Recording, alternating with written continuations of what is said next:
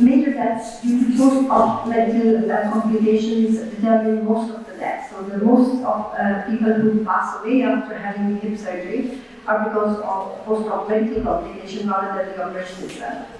So this is the journey that we went through as a family, and she went through as a patient. So she sustained a hip fracture after a fall. She went through a hip replacement.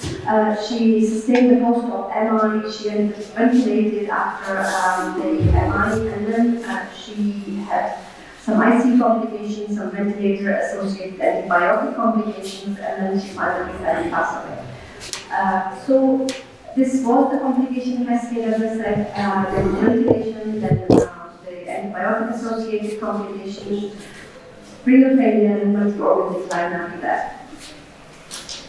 The issues that happened that did not involve a major system was the presence of severe pressure sores.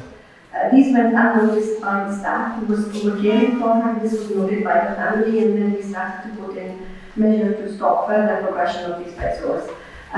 She then sustained arterial line ischemia, which again went unnoticed, and this ended up in a hand gangrene. The radial artery was thrombosed, and this was again not noticed. She also sustained coronary ulceration while she was ventilated. She had nephrotoxicity from colistin. So as a physician who has been practicing for about 3 decades, I have never used systemic colistin. We have always used nebulized colistin. So this was something that we didn't intervene, but this was suggested by the ICU consultant, and then this was given to her, which resulted in significant nephrotoxicity. So each complication that happened was increasing her mortality and the significant burden of disease. So, this brings me back to the fact that why our lower middle income countries have poorer ICU outcomes. So there's low nurse-to-patient ratio, so one nurse might be looking after 4 to 5 patients rather than one nurse looking after 2 patients, or one-to-one nursing, which is the usual routine of ICU care patients in the developed world. There is lack of or complete absence of ICU-trained nurses, at least in the world, maybe in other cities, and there is inconsistent safety protocols, so like having antibiotic policies, caring for a patient who's ventilated, for example. There was a complete lack of safety protocols. There is also this delayed detection of deterioration. This is mainly due to structural differences, how the structures of the ICUs are in the first world and the developing world and the lower middle-income countries. So in the high-income countries, there are protocols, and those protocols are then audited again and again to see the outcomes, whether these protocols are suitable or are they working in that circumstances. In lower middle-income countries, in contrast, it is a reactive approach. So every time the patient gets a problem, then there is treatment decided rather than following a proper protocol. It's very doctor-centric rather than driven by the nurses. The nurses do not have the expertise or do not have the power to go and identify something that is happening or evolving. So by the time the doctor is able to identify something, the approach becomes reactive rather than driven by protocols. And there is, as I said, limited allied health input, so physiotherapy, nursing, occupational health, there is very little input from those, nil actually, from physiotherapy. There is, again, minimal reporting, so nobody reports the outcomes of, poor outcomes of cases, and there is preventable harm that can result from reporting of such events. So if they are not talked about, we cannot prevent anything from happening.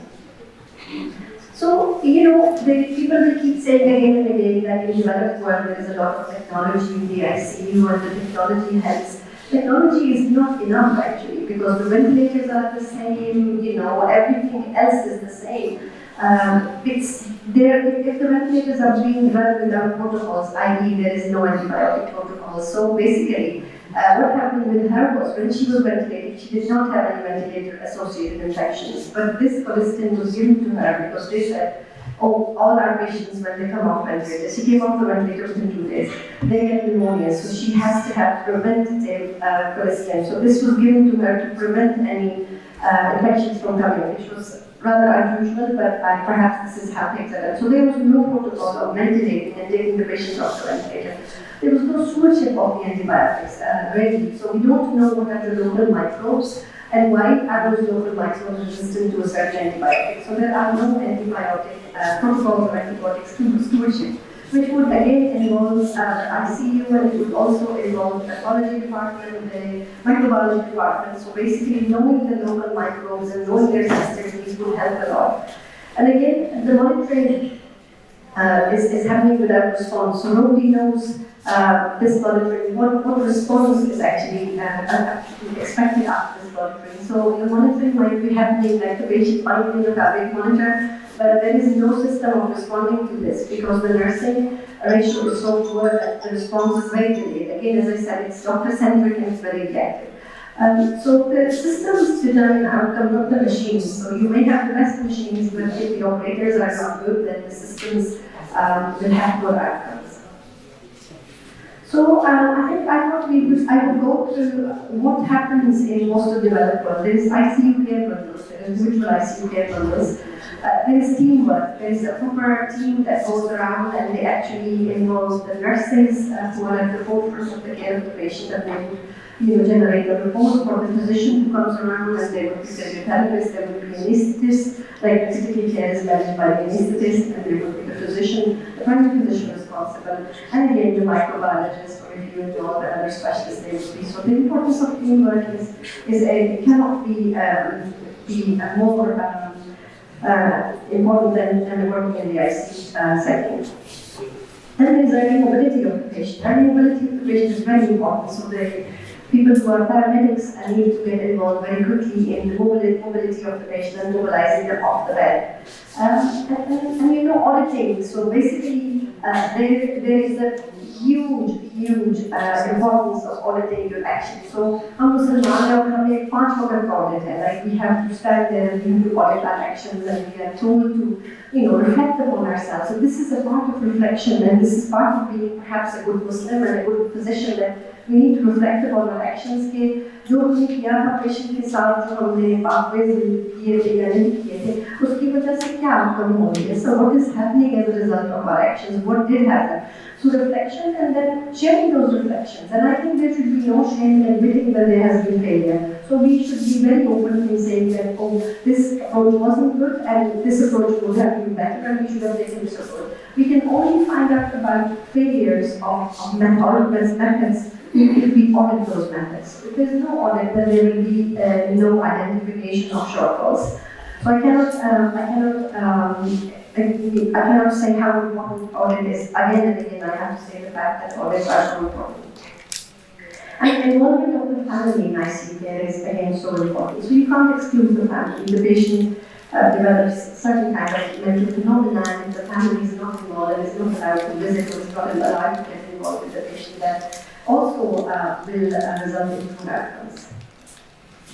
So what does the high-income ICU do better? So as I said, all these things which are pictorially depicted, and sum them up, there are safety bundles. So they all have safety bundles, which are, again, as I said, the antibiotic use, the use of pressors, the use of multidisciplinary teams. So they would have all those safety bundles which are there, and they get reviewed every year, and so therefore they can either be changed or they can either be modified as a result of the audit. So daily MDT rounds. So you need to share the care of your patient through cross disciplines, through several disciplines. So daily MDT rounds.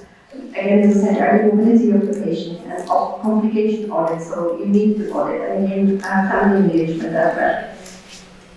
So what are the preventable harms here in this case? The pressure sores, they became care failure. Obviously, this is a big care failure if the patient develops pressure sores and they are not identified in time. By the time they were picked up, they were grade 2, getting to grade 3. Arterial line complications were avoidable. The eye injury in ICU is preventable. And the drug dosing must reflect organ function. So every time the patient has got multi-organ involvement, any medication that has been given needs to be due to what the kidney function is, what the liver function is. It has to be based on that. So therefore, this again brings around the multidisciplinary team involvement. So So they usually, in the first world, we do have a pharmacist who's attached to ICU, so pharmacists will go around and they would again be part of the multidisciplinary team. I don't think this happens here, but I think eventually it probably will as things develop. This is why we are talking about this. So what can be the improvements that we can bring around, which do not involve much cost? Again, as I say, people do have this habit of blaming the costs and the poor finances that are given to healthcare in the lower middle income countries. You know, we can have prevention bundles, the pressure sort of prevention bundles, the line and chemical checklist. So if nobody comes and checks an arterial line, which had been, the same artery had been used twice, and the pulses were not checked the second time, and the same line was used within 3 weeks twice. And so that will result in a thrombus. So if the line and catheter checklist is not there, then because of the shift system, if you do not have a checklist that you can check to say this was the right way it was used already and it should be avoided. So these are simple things that do not take much. Only a system needs to evolve that will identify what to do with lateral catheters. So you need to know when was the last catheter placed, when is it due to be changed, and the lines, arterial or venous, whichever may be. So in the UK, I think Dr. Shri can correct me, I think we changed about 72 hours, the venous catheters, so they're ready to get done, and therefore they get changed. And the arterial ones obviously have their own time of change, and most they have the arterial lines have got different checks. The eye care protocols, that doesn't take much, you just need to make sure that the patient doesn't have corneal exposure and you can actually protect the cornea. It doesn't take much, and there's no problem. The antibiotic and renal review, the experts are there, the microbiology, the pharmacists, the renal physician, they're all there. They just need to come together and perhaps review the patient to say, this antibiotic is not suitable and it won't result in good outcomes in this patient who has a decline in renal function. And again, an introduction of physiotherapists to have a physiotherapy on them at the family running around and trying to do some physio. So this is part of our Hippocratic oath, but this was very well said by Freud. The very first requirement in the hospital is that it should do the sick no harm. So you have to cause no harm, first do no harm, which actually means that although you're trying to make the patient better, but you're in that process, you are harming the patient. So basically, nobody has the intent of harming the patient when the patient comes to an ICU, whichever part of the world it is, whether it's lower middle income countries or whether it's the first world. The intent is to make the patient better. So it is just the process we are talking about. We know that the expertise is there, we know that it wouldn't cost much to improve things, but I think that this concept of harming the patient, that the harm that is being caused, again, it has to be audited, and we have to reflect upon the fact that how was the patient harmed, or why was the patient harmed. And so I cannot stress more the role of ICU nursing. ICU nursing itself is a specialty, so we need to have safe staffing ratios for the patients. We noticed that the ICU nursing, none of them had their ICU specialist diplomas or training. They were simple nurses who had spent some time in ICU and they had become ICU experts, so to say. These are highly specialized roles and they involve a lot of training and teaching and education. And I don't think this is, again, would take much cost to train them. So this is a very cost-effective way of improving outcomes in ICUs to have nursing. Because the nurses are there, most ICUs will take either one-to-one nursing depending on what the patient's diagnosis is. So there is one patient, one nurse. So the nurse would be there all the time and she can actually sum it up for the doctor and it makes the patient care much, much safer. So we need to have, when this role evolves, we need to have safe staffing ratios. So basically a one-to-one or one nurse to two patients. It helps to empower the nurses and also to improve the care of the patient. And so basically it's the continuity of care. So when the nurses are actually handing it over to the doctor, they summed up care of the patient, and then as the shifts change, this ensures that there is continuity and there has been someone who's been looking out for the patient developing any problems as the day goes on. So the ethical challenges that come with the ICU is that, if the patient has been in ICU for a long time and there hasn't been any recovery, we can start these discussions about end of life, and these are never easy discussions. And I think that in Pakistan, I have seen that the dignity needs to be there. The patient who is dying, they need to have this dignity. So in many cases, you see the relatives who are crying out loudly in the corridors. There is no pastoral support being given to them. There is nobody who's there to help them through this time of grief. So basically, maybe a relative room where they can sit down, or they can be pastoral care, they can be, someone from their religious background who can come and speak to them at this time and give them a little bit of support. So that wouldn't take any cost either. So all you need to do is give the family some support. This support network, I think this concept of support needs to filter through. So I just mentioned this, aside from this case, I have a very dear classmate of mine has had a stroke 15 months ago. And his wife is also medic, and I asked her, I said, who gives you a break at this time? She has been one-to-one caring for this gentleman who's now got left having braces in the red band. Said I haven't had a break in 15 months. So I think this concept of knowing that the caregiver needs care also, it needs to come through, and it does not take any cost to give this care. So this is all compassion and care that you have for the patient and their family, which would help them come through this difficult time. So you have to acknowledge that the family has been through a lot, and that they have gone through this emotional and financial burden. And then you need to kind of make sure that you understand this, and you make sure that you tell the patient's family that you understand this. So we need to focus on dignity. So we do give care, but we need to focus on the dignity, care, end of life, care with dignity. So how can we improve things again? Perhaps setting national ICU standards. So there should be a drive towards setting these standards nationally, so that if the care is standardized, then there will be a standard to which each ICU has to come up to by providing the minimum number of staff by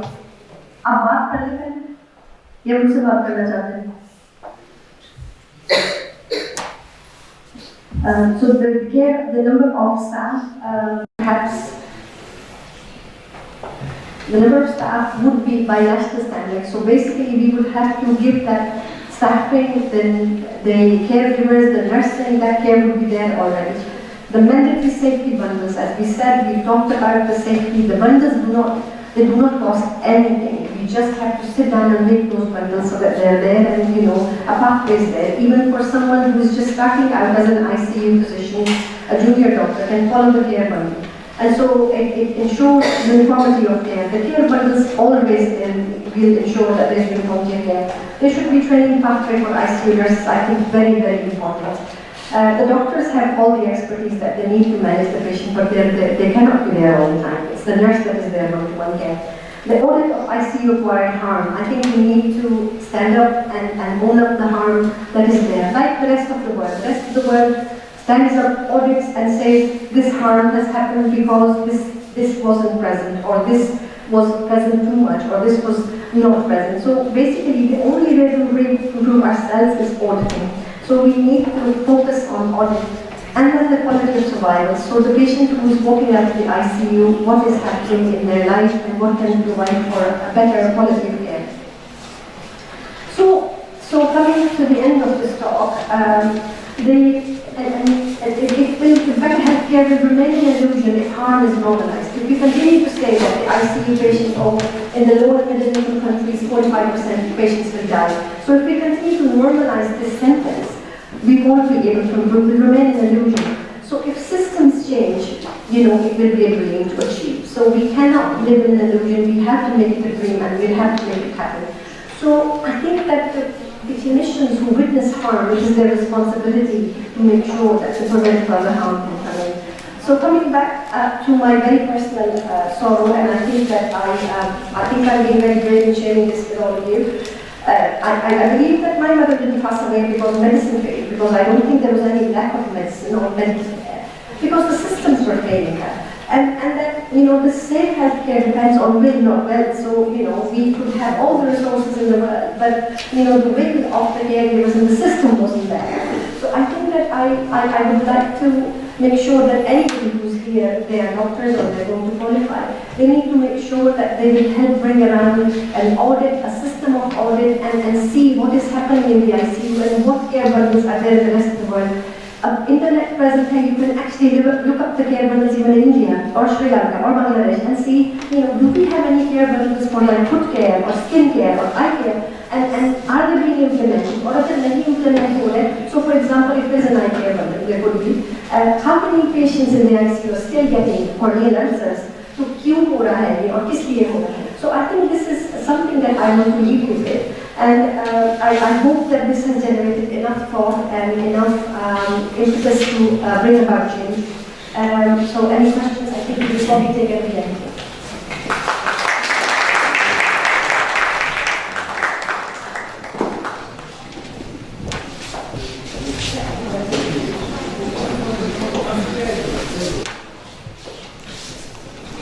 Thank you, Dr. Aditya, for a thought-provoking presentation. And we are honored that you shared your personal experience with us. And I'm sure, in spite of all of us being doctors, many of us would have similar stories to share. And thank you for rightfully pointing out that in many of the ICU patients, much of the harm is preventable, and the harm is not mostly occurring due to the lack of sophisticated equipment, but rather due to the lack of protocol-driven audited systems and minimal reporting of preventable harm, or rather prevented harm. And thank you for also touching on sensitive issues such as end-of-life care and behavioral standards which should be built around it. So our next speaker is Dr. Mohammed Shafiq. He's a consultant histopathologist, and he's currently serving as the Division Medical Director at University Hospitals Derby and Burton NHS Foundation Trust UK, and he will be providing a complimentary viewpoint on the same topic. I invite Dr. Mohammed Shafiq to please take the stage.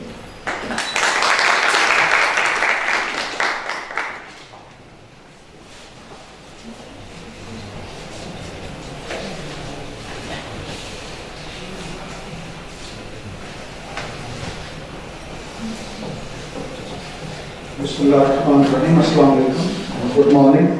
It's always a pleasure to come back to King Edward Medical College. It's my alma mater. I was just remembering many years ago we used to sit like this view by the students and have 90 nights and other lectures here. So I think Dr. Tabila has set the scene very well, and it was probably the most painful part of our life to share our very personal stories. So I think just to take things into perspective, I would say, if you can just close your eyes for a second and just think, what's most precious for you in your life? I would say start with your parents. God forbid, what if happens to them? Something happens to them, you have to take them to the hospital. It's natural, it happens with every family. But just think, if you have to take them to the hospital, let's just stay in hospital for a few days. Are you confident they will get the care that you think should be the right care, or your expectation? And is it something you are willing to put all your money on, just so that they can get the basic care right? So you might have heard stories from your relatives, friends, everyone. So we just wanted to share that whilst we come across very good clinicians, very good physicians, we are all doctors, we think we are trained, skilled, equipped to provide the best possible care for our patients. But is it the same as the real experience we go through? So just like Dr. Tabila, I'll share a few of my stories.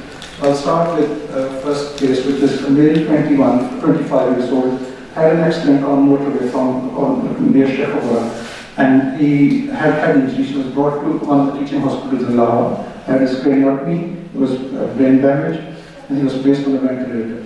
The brain swelling continued, so he had reopened, and then he was, the GCS was dropping, but not significantly dropping, but the prognosis was a bit unpredictable, so this sort of had to wait 1 or 2 more days to see which way it goes. I came from UK, I met the unit professor and the assistant professor, and I had previous connections with them. They were very courteous, very accommodating, and we had a bit of discussion that is he getting the right care? Is there something as a family we can do more? Maybe possibly move into some other setup if you have struggling with anything. They said that at this point he is getting the best possible care, so we will let you know if you need any more, but let's carry on to that one. Because moving him at this point might be a bit of a challenge as well. So Then 2 to 3 more days after, he started having fever. There was an issue that could be involving chest infection, so they then we need to look into having a mobile chest X-ray. The mobile chest X-ray team came, and just a bit before that, another new patient had arrived in the ward who was known to someone in the West, so they were all the principal and everybody was coming to visit her. By the time we realized that the chest X-ray team came, X-rayed the other patient and then went back. And by the time we found her, then they said they are not gone, it's Saturday, so they're closed for the weekend or they will have on Monday. So his condition deteriorated the next day, and then he was struggling to breathe, and then I had to again talk to one of my personal connections, another professor of medicine, that can we do something. They spoke to an anesthesia assistant professor who was just about to finish his duty and just almost at the hospital yet, and then came back and looked at him and he said that the ventilator settings are not right and that's putting a lot of strain on the patient. So I think I've covered a few next steps. So then the very next day, so his infection progressed a little bit. The very next day, one of the 2 consultants I had met, they were on the round, so I was just outside the ward. And as the round was progressing, one of the junior doctors, he called me, he said, the decision has been made to switch off the ventilator. I said, can you wait, I'll be there in a minute. And by the time I reached in the ward, they had already switched off the ventilator. Because we were having those discussions that could he be moved somewhere else if he was struggling for a ventilator. And then what I later found out, they probably needed the ventilator for another patient. So they just questioned that. So the questions I'm raising here is not the care. They tried their best within those resources to provide the care they could provide. But they didn't think of entering into a discussion with the family that maybe if we need the ventilator, maybe we have reached a ceiling of care. Can we possibly move the patient somewhere else if you as a family still think you can do something about him? That moment didn't arrive. So is it ethical? Was the family involved in that decision making? Because at the end of the day, switching off ventilator has to be a shared decision. That can happen. Is it safe care? Can you, if God forbid I had any other close family member, can I still trust the system? I've never been to that hospital after that. So,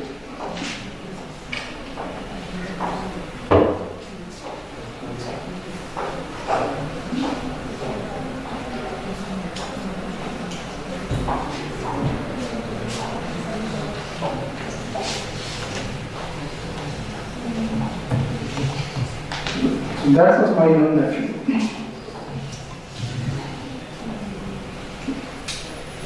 I'll move to the second patient, 62 years male, non-Parkinson's disease, diabetic and depression which was associated with Parkinson's. He became a bit lethargic and slowed down and stopped eating, and the family struggled with the medicine. So he was taken to one of the private hospitals for the assessment of his chest infection. And they admitted, and they also informed the family that if the situation worsens, we might have to explore the possibility of moving them to a tertiary center where he could have oxygen support if needed. So spoke to a few colleagues, and then he was shifted to one of the semi-government teaching hospitals where we thought that there could be better and there would be support if needed. His oxygen saturation started dropping, but they were worried that he might be evolving into sepsis. And he did need some oxygen support a few times, but then he was a little bit improved, and the saturation will drop. And it went on for almost 2 days. And we tried to get in touch with the senior people, but there was, I think, there was a weekend and there was some other issue, but there was very limited. In fact, the junior doctors were trying their best to manage things. So we reached the stage we thought probably, given the level of facilities, if we reach that stage, we might struggle to get the right ventilation support. So we decided to move the patient to the private hospital. And the moment we mentioned it, that we are thinking of moving there, so they very quickly did the discharge work. They said, now you can take your patient to the other hospital. And then we realized that how do we take the patient who might any time need more oxygen support to other patients in Lahore. And so this was my brother. So I spoke to my nephew, and he said, they've asked us to make your own arrangement. So he was just out there, outside the hospital, just trying to sort out an ambulance. So then I asked him, have they give me an idea what type of ambulance you will need. They said, oh, only kind of कोई oxygen वाली range है, कोई आपको के ले जाएगा. So it took about 3 to 4 hours to just shift to the other hospital. But then, because the discharge paperwork had already been completed, so the hospitals literally took their hands off that there's no more for us to then manage it. We're just waiting for you to move the patient. So he was moved to the private, another hospital. The clinical care was much better, the clinical decision was much better, but as Dr. Kavina mentioned. When we started looking into the nursing care, it was patchy. So they were missing entries, the fever temperatures being recorded was sometimes wrong. Even my nephew, who was not medically qualified, he had to sometimes challenge the Glasgow chemistry, but the way scoring was being done was not sometimes right. So slowly, gradually, luckily, the patient improved and discharged and has been fully recovered. And this is my elder brother. So I moved to the third one, male 91, generally fit for his age. He was currently under treatment for UTI and just started feeling uncomfortable. There was a bit of vague chest discomfort around, like just like half past 11 in the night. He was taken to the nearest private teaching hospital in their ED, and they did initial assessment. This was probably chest infection, so he was put on treatment for that. But about 90 minutes later, realized it's not improving, so they ended an ECG, and they thought it's probably MRI. They informed the family again that, can you move them to the nearest specialist cardiology center? And the same transfer started there. They said, how do we transfer them? They said, you move them as quickly as possible. The best way is just use your own personal transport. Actually, we will help you to move the patient to your car. And on the way to the specialist cardiology center, the patient passed away. And this was my father in this year. So I went to see the medical director of the hospital, just had a conversation with them, and shortly and just asked them the question that you are a registered tertiary center, and I'm sure as part of the Punjab Healthcare Commission regulations, I struggled with the numbers, but I think, I don't know exactly the level 2 or level 3, whatever. If you are level 3 or 2 hospital, but what it means is you should have certain level of cover. So your emergency department should have cardiology cover. They had a cardiology department, but there was no cardiology cover in the ED.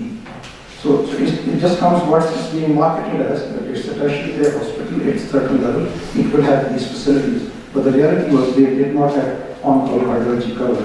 Now the other question, what are your protocols for transferring patients between one hospital to the other, especially who are critically ill? And then they said, we just leave it to the family to make, which we don't get involved in those things. I said, but then if you have a patient who's critical, you are at hospital, so do you think the family will know what to do, or do you tell them? And they said, we leave it to the family.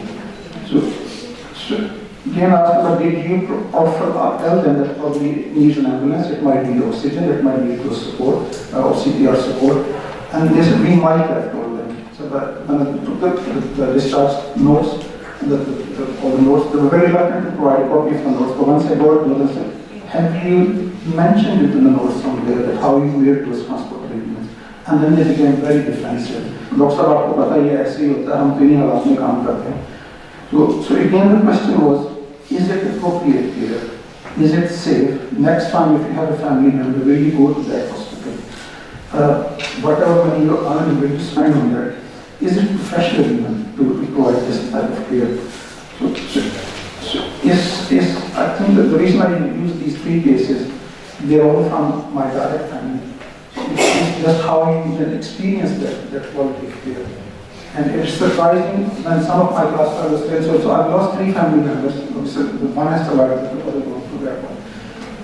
Is can you trust, can you live with that quality of care? And that's a mixture of government and private hospitals. अभी मेरे कई class वाले कहते हैं कि यार सब पाकिस्तान वापस आ गए, आप बताएं क्यों वापस आ गए? That's my question. कि किस आश्रय पे वापस आ गए? So if you need any help, is the system there to just provide? Even if another question is, if you can afford it, is the system still there? Even if you're willing to pay for the money. So Paddy case we named mentioned here in the first the young male. because he was on ventilator, so he had to have all the other personal care, like the pamper had to be changed, and it was hospital staff who touched it, so it was for the family to sort it out. Now, obviously, it had to be mailed, and family के लिए arranging regularly meals just to change the pamper as and when needed. जिनकी कोई training नहीं है, have no idea how to do it, and it increased the chances of infection more. But that this was the quality of care. I'll just quickly discuss two more cases. Male 55, fit and healthy. In the first phase of when COVID was just coming, February 2022, they had COVID in the first phase, they were admitted to the hospital. And this condition deteriorated quite quickly, so they moved to ICU. He was on ventilator for 11 days, and in those 11 days, it was literally they were on the brink because their vitals will go down quickly, so it was a matter of is the person going to survive or not. But the person did survive 11 days on the ventilator. And then when he was recovering, he was allowed to make a video call with his wife. So just about 10 minutes before that, one of the nurses came. He said, hold on, can you stop for 10 minutes? And he said, I need to just, do you realize how you look like? And your family will be really scared to see you like this. So the nurse came and shaved him and just made sure he looked like properly. So you can talk to your wife properly, because otherwise they will be really more scared to see you. So that's my final case. So female 45, she just fell down at home, and the neighbors were a doctor.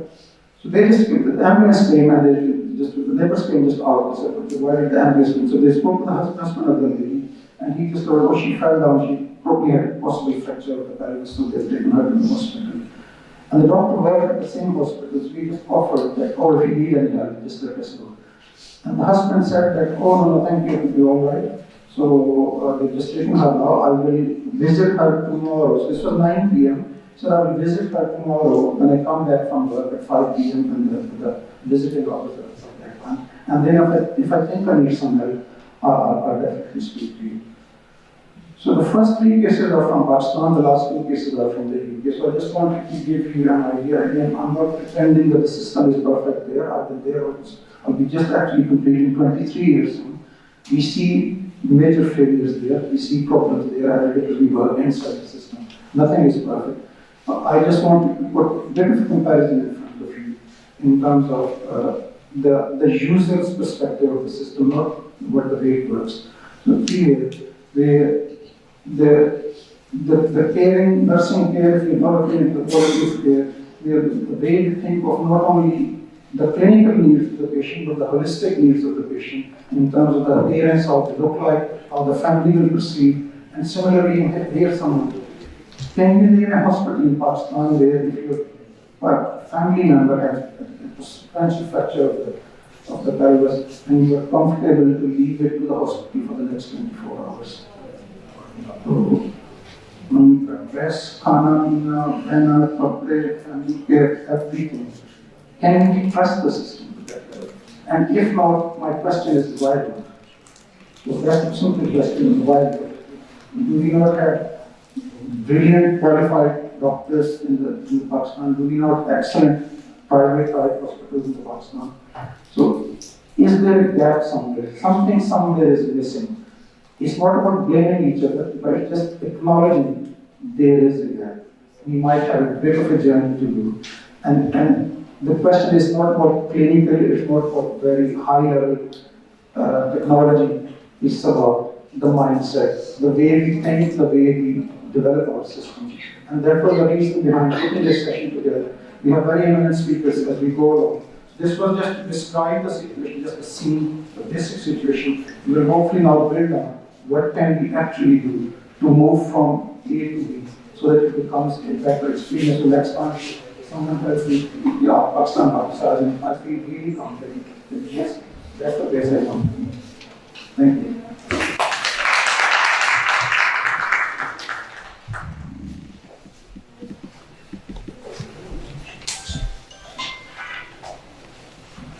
Thank you very much, Dr. It's certainly an honor that you share absolutely heart-wrenching personal experiences to get the user perspective of healthcare across in low-medium income countries.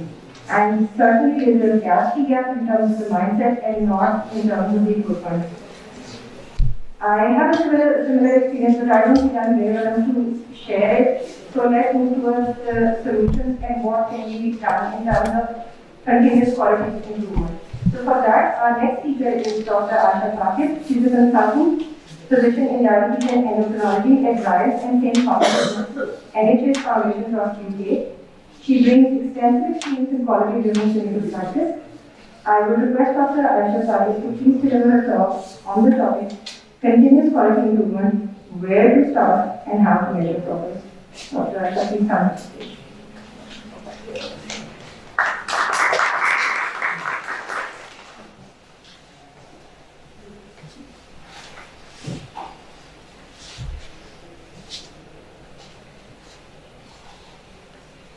Thank you for the kind introduction and thank you for inviting me today. It's a pleasure to be here and welcome everyone.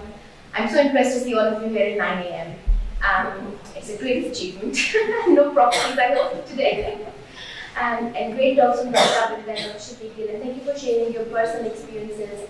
Now the question is, how do we change and how do we, because I see myself as an early years consultant. I graduated 15 years ago from same university as you, and I was, you would see people do things differently. I never worked in Pakistan, I've always worked in NHS, and you would see people do things and you're like, how can I change this? This is a big issue. Why are the porters not taking the patients to MRI first? And why can be cancer? You identify these small issues and you get frustrated, you're like, what can I do? I want to change this because it's easily fixable. And where do you start from? The topic is continuous quality improvement, but continuous QI is a methodology, so I'm going to talk to you through QI and audit. What is quality improvement? What is an audit? Audit obviously you use election standard, you use some data, and you see how you're performing against that election standard, and that's very simple. Very nice. I love audits. They're very insightful. You gain information into what's going wrong, what can be fixed, what's not fixable, and it gives you a large amount of volume of data to deal with. With quality improvement, the end, the number is not that significant. But the issues that you identify from those are what makes it more significant, and how you design your intervention and how you design what layers you're going to use to identify if that intervention was worth it or not. So why quality improvement? I think we have heard enough stories. It's everyone's business. Can I check in the audience how many of you are medical students and going to be future doctors? Raise your hands. Okay. And how many of you are nurses here? Pharmacists? Dietitians?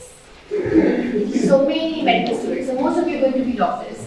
So QI is everyone's business. The whole entity needs to be involved. The patient is not just looked after by the doctors. I think we are the worst.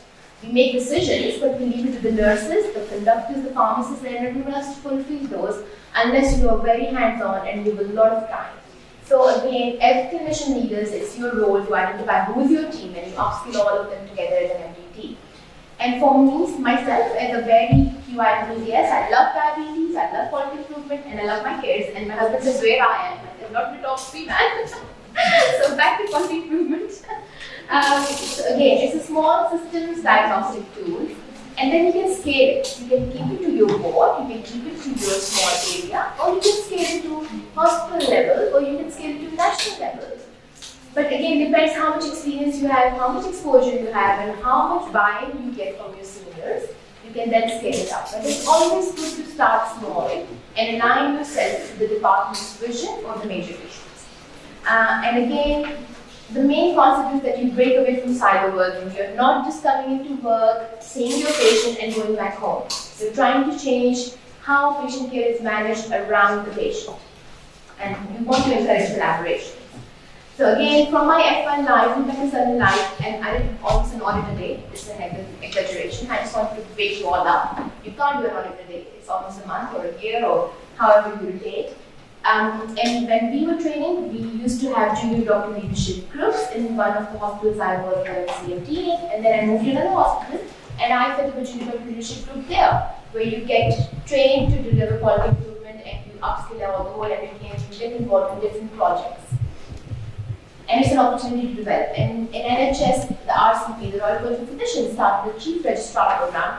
Again, I'm sharing these ideas not to boast about myself, but to just share my journey as to how I got involved in QI and how starting from your level, you can get involved in QI, and what systems can be put in place to support you deliver quality improvement and how to to change systems around you. So again, you need to be quite a senior clinician, and when you are an ST4, that means you're almost 6 years post-graduation. You've done your 2 years of foundation, you've done 2 years of core medical post-surgical training, and 2 years of high specialist training to become an ST4.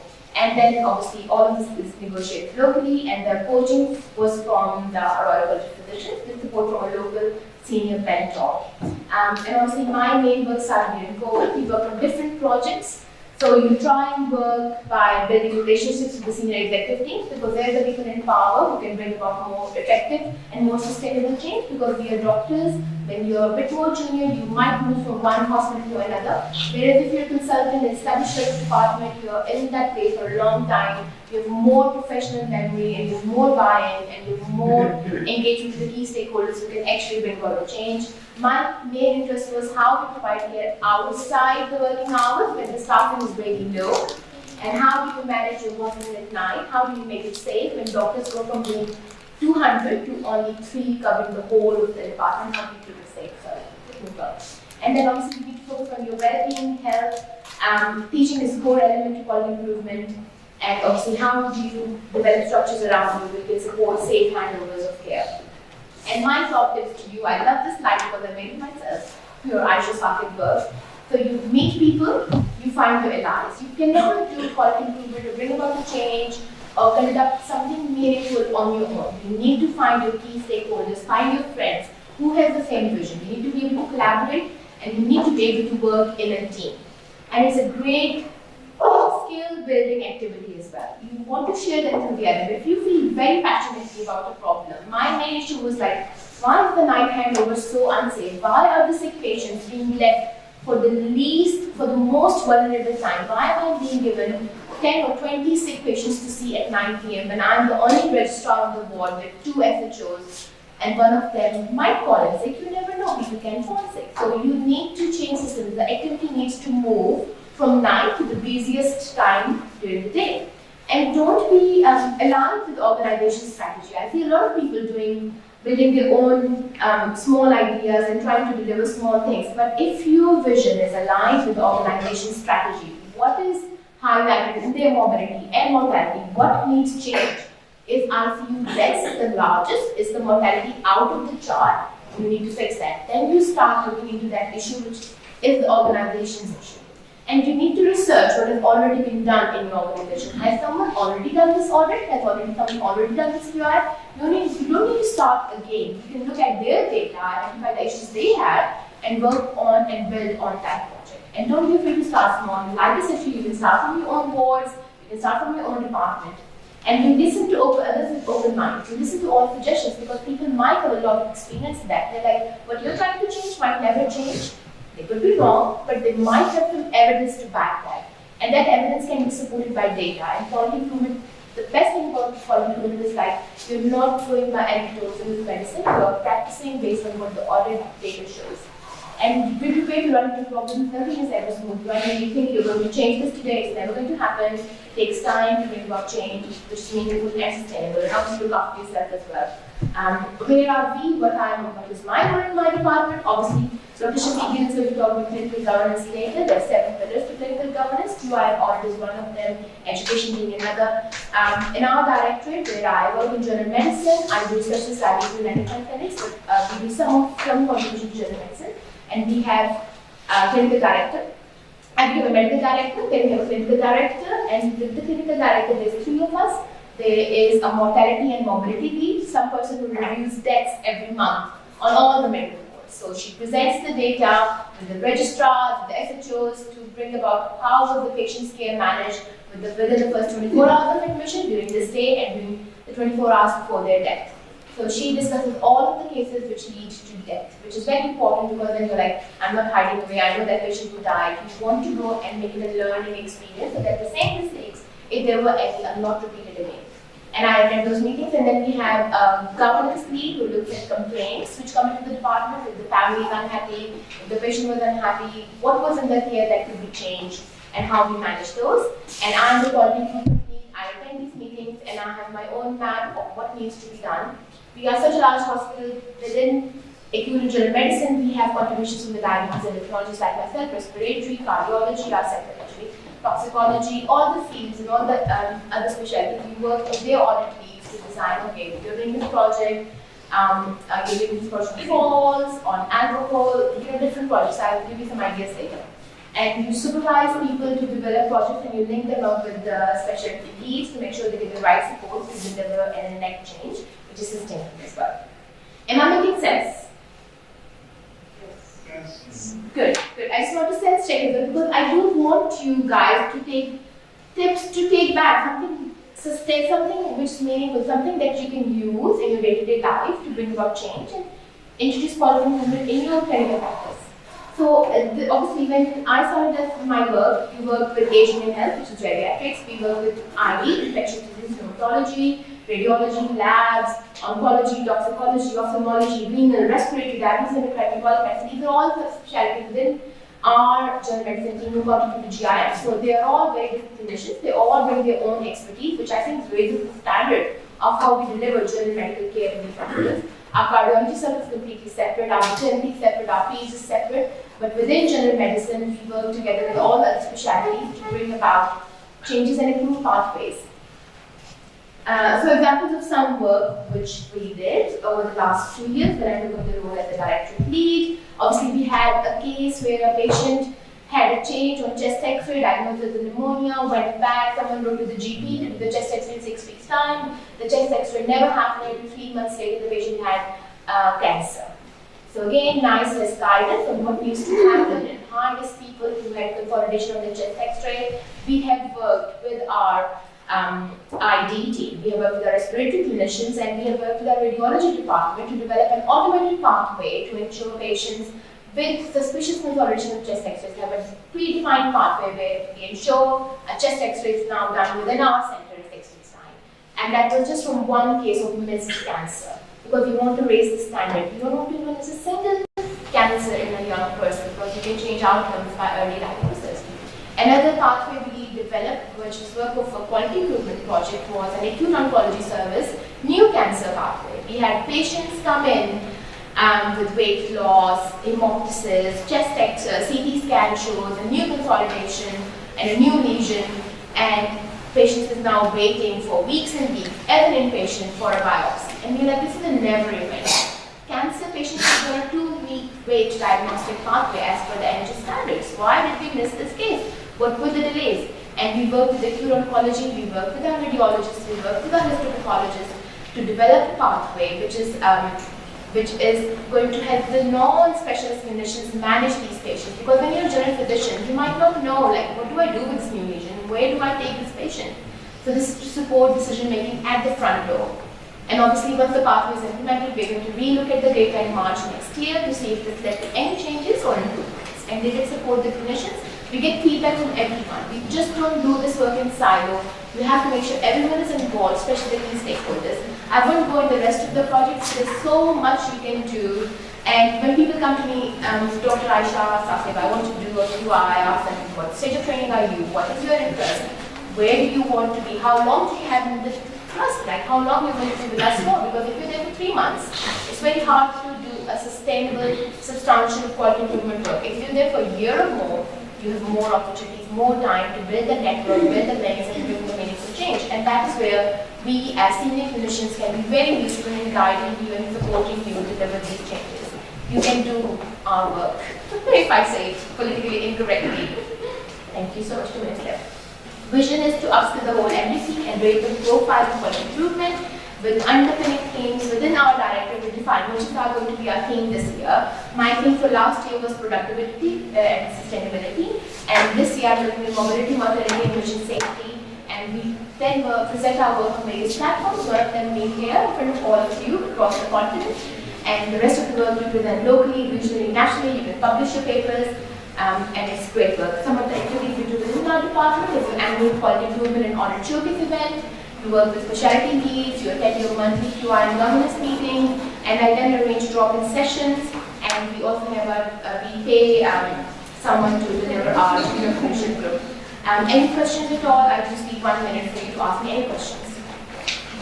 I just want you to feel enthused that you can bring about change, and you can be very methodical about it, you can be very systematic, and you can work with other people to not only improve your own profile, but also improve the lives of patients you're looking after and after the whole equity around you to deliver the same change. You have a question? One question, tell me what was true? Yes. We notice a lot that in our works and overall with our systems, people have a lot of entrenched beliefs and ways of doing things. They say, okay, X is how it's always been. That might need to change, and I'm not going to go to QI methodology because when you do bring the play down, there are ways to looking at what are your outcome measures, what is the key drivers to those players. So there's a whole science to quality improvement, and we can talk about it at some other time. Thank you. Thank you. Any other questions at all? Good. Thank you so much.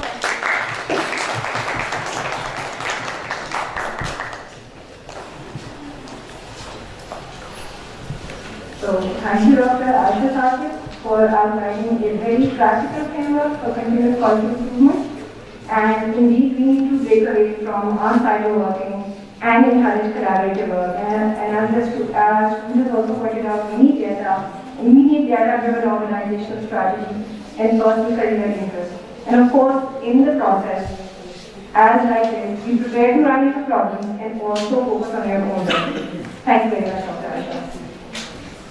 It is now my honor to introduce to you our next speaker, Professor Nadeem Rahman. He is Dean, Allied Health Sciences and Head of Department of Patient Safety, Quality of Care and Lung Diseases in the Health Services Academy, Islamabad. He holds extensive national and international qualifications, reflecting his long-standing commitment to patient safety and quality improvement. He will be speaking on the topic, Safe Healthcare for All, an illusional dream. May I please invite Professor Nadeem Rahman for his talk.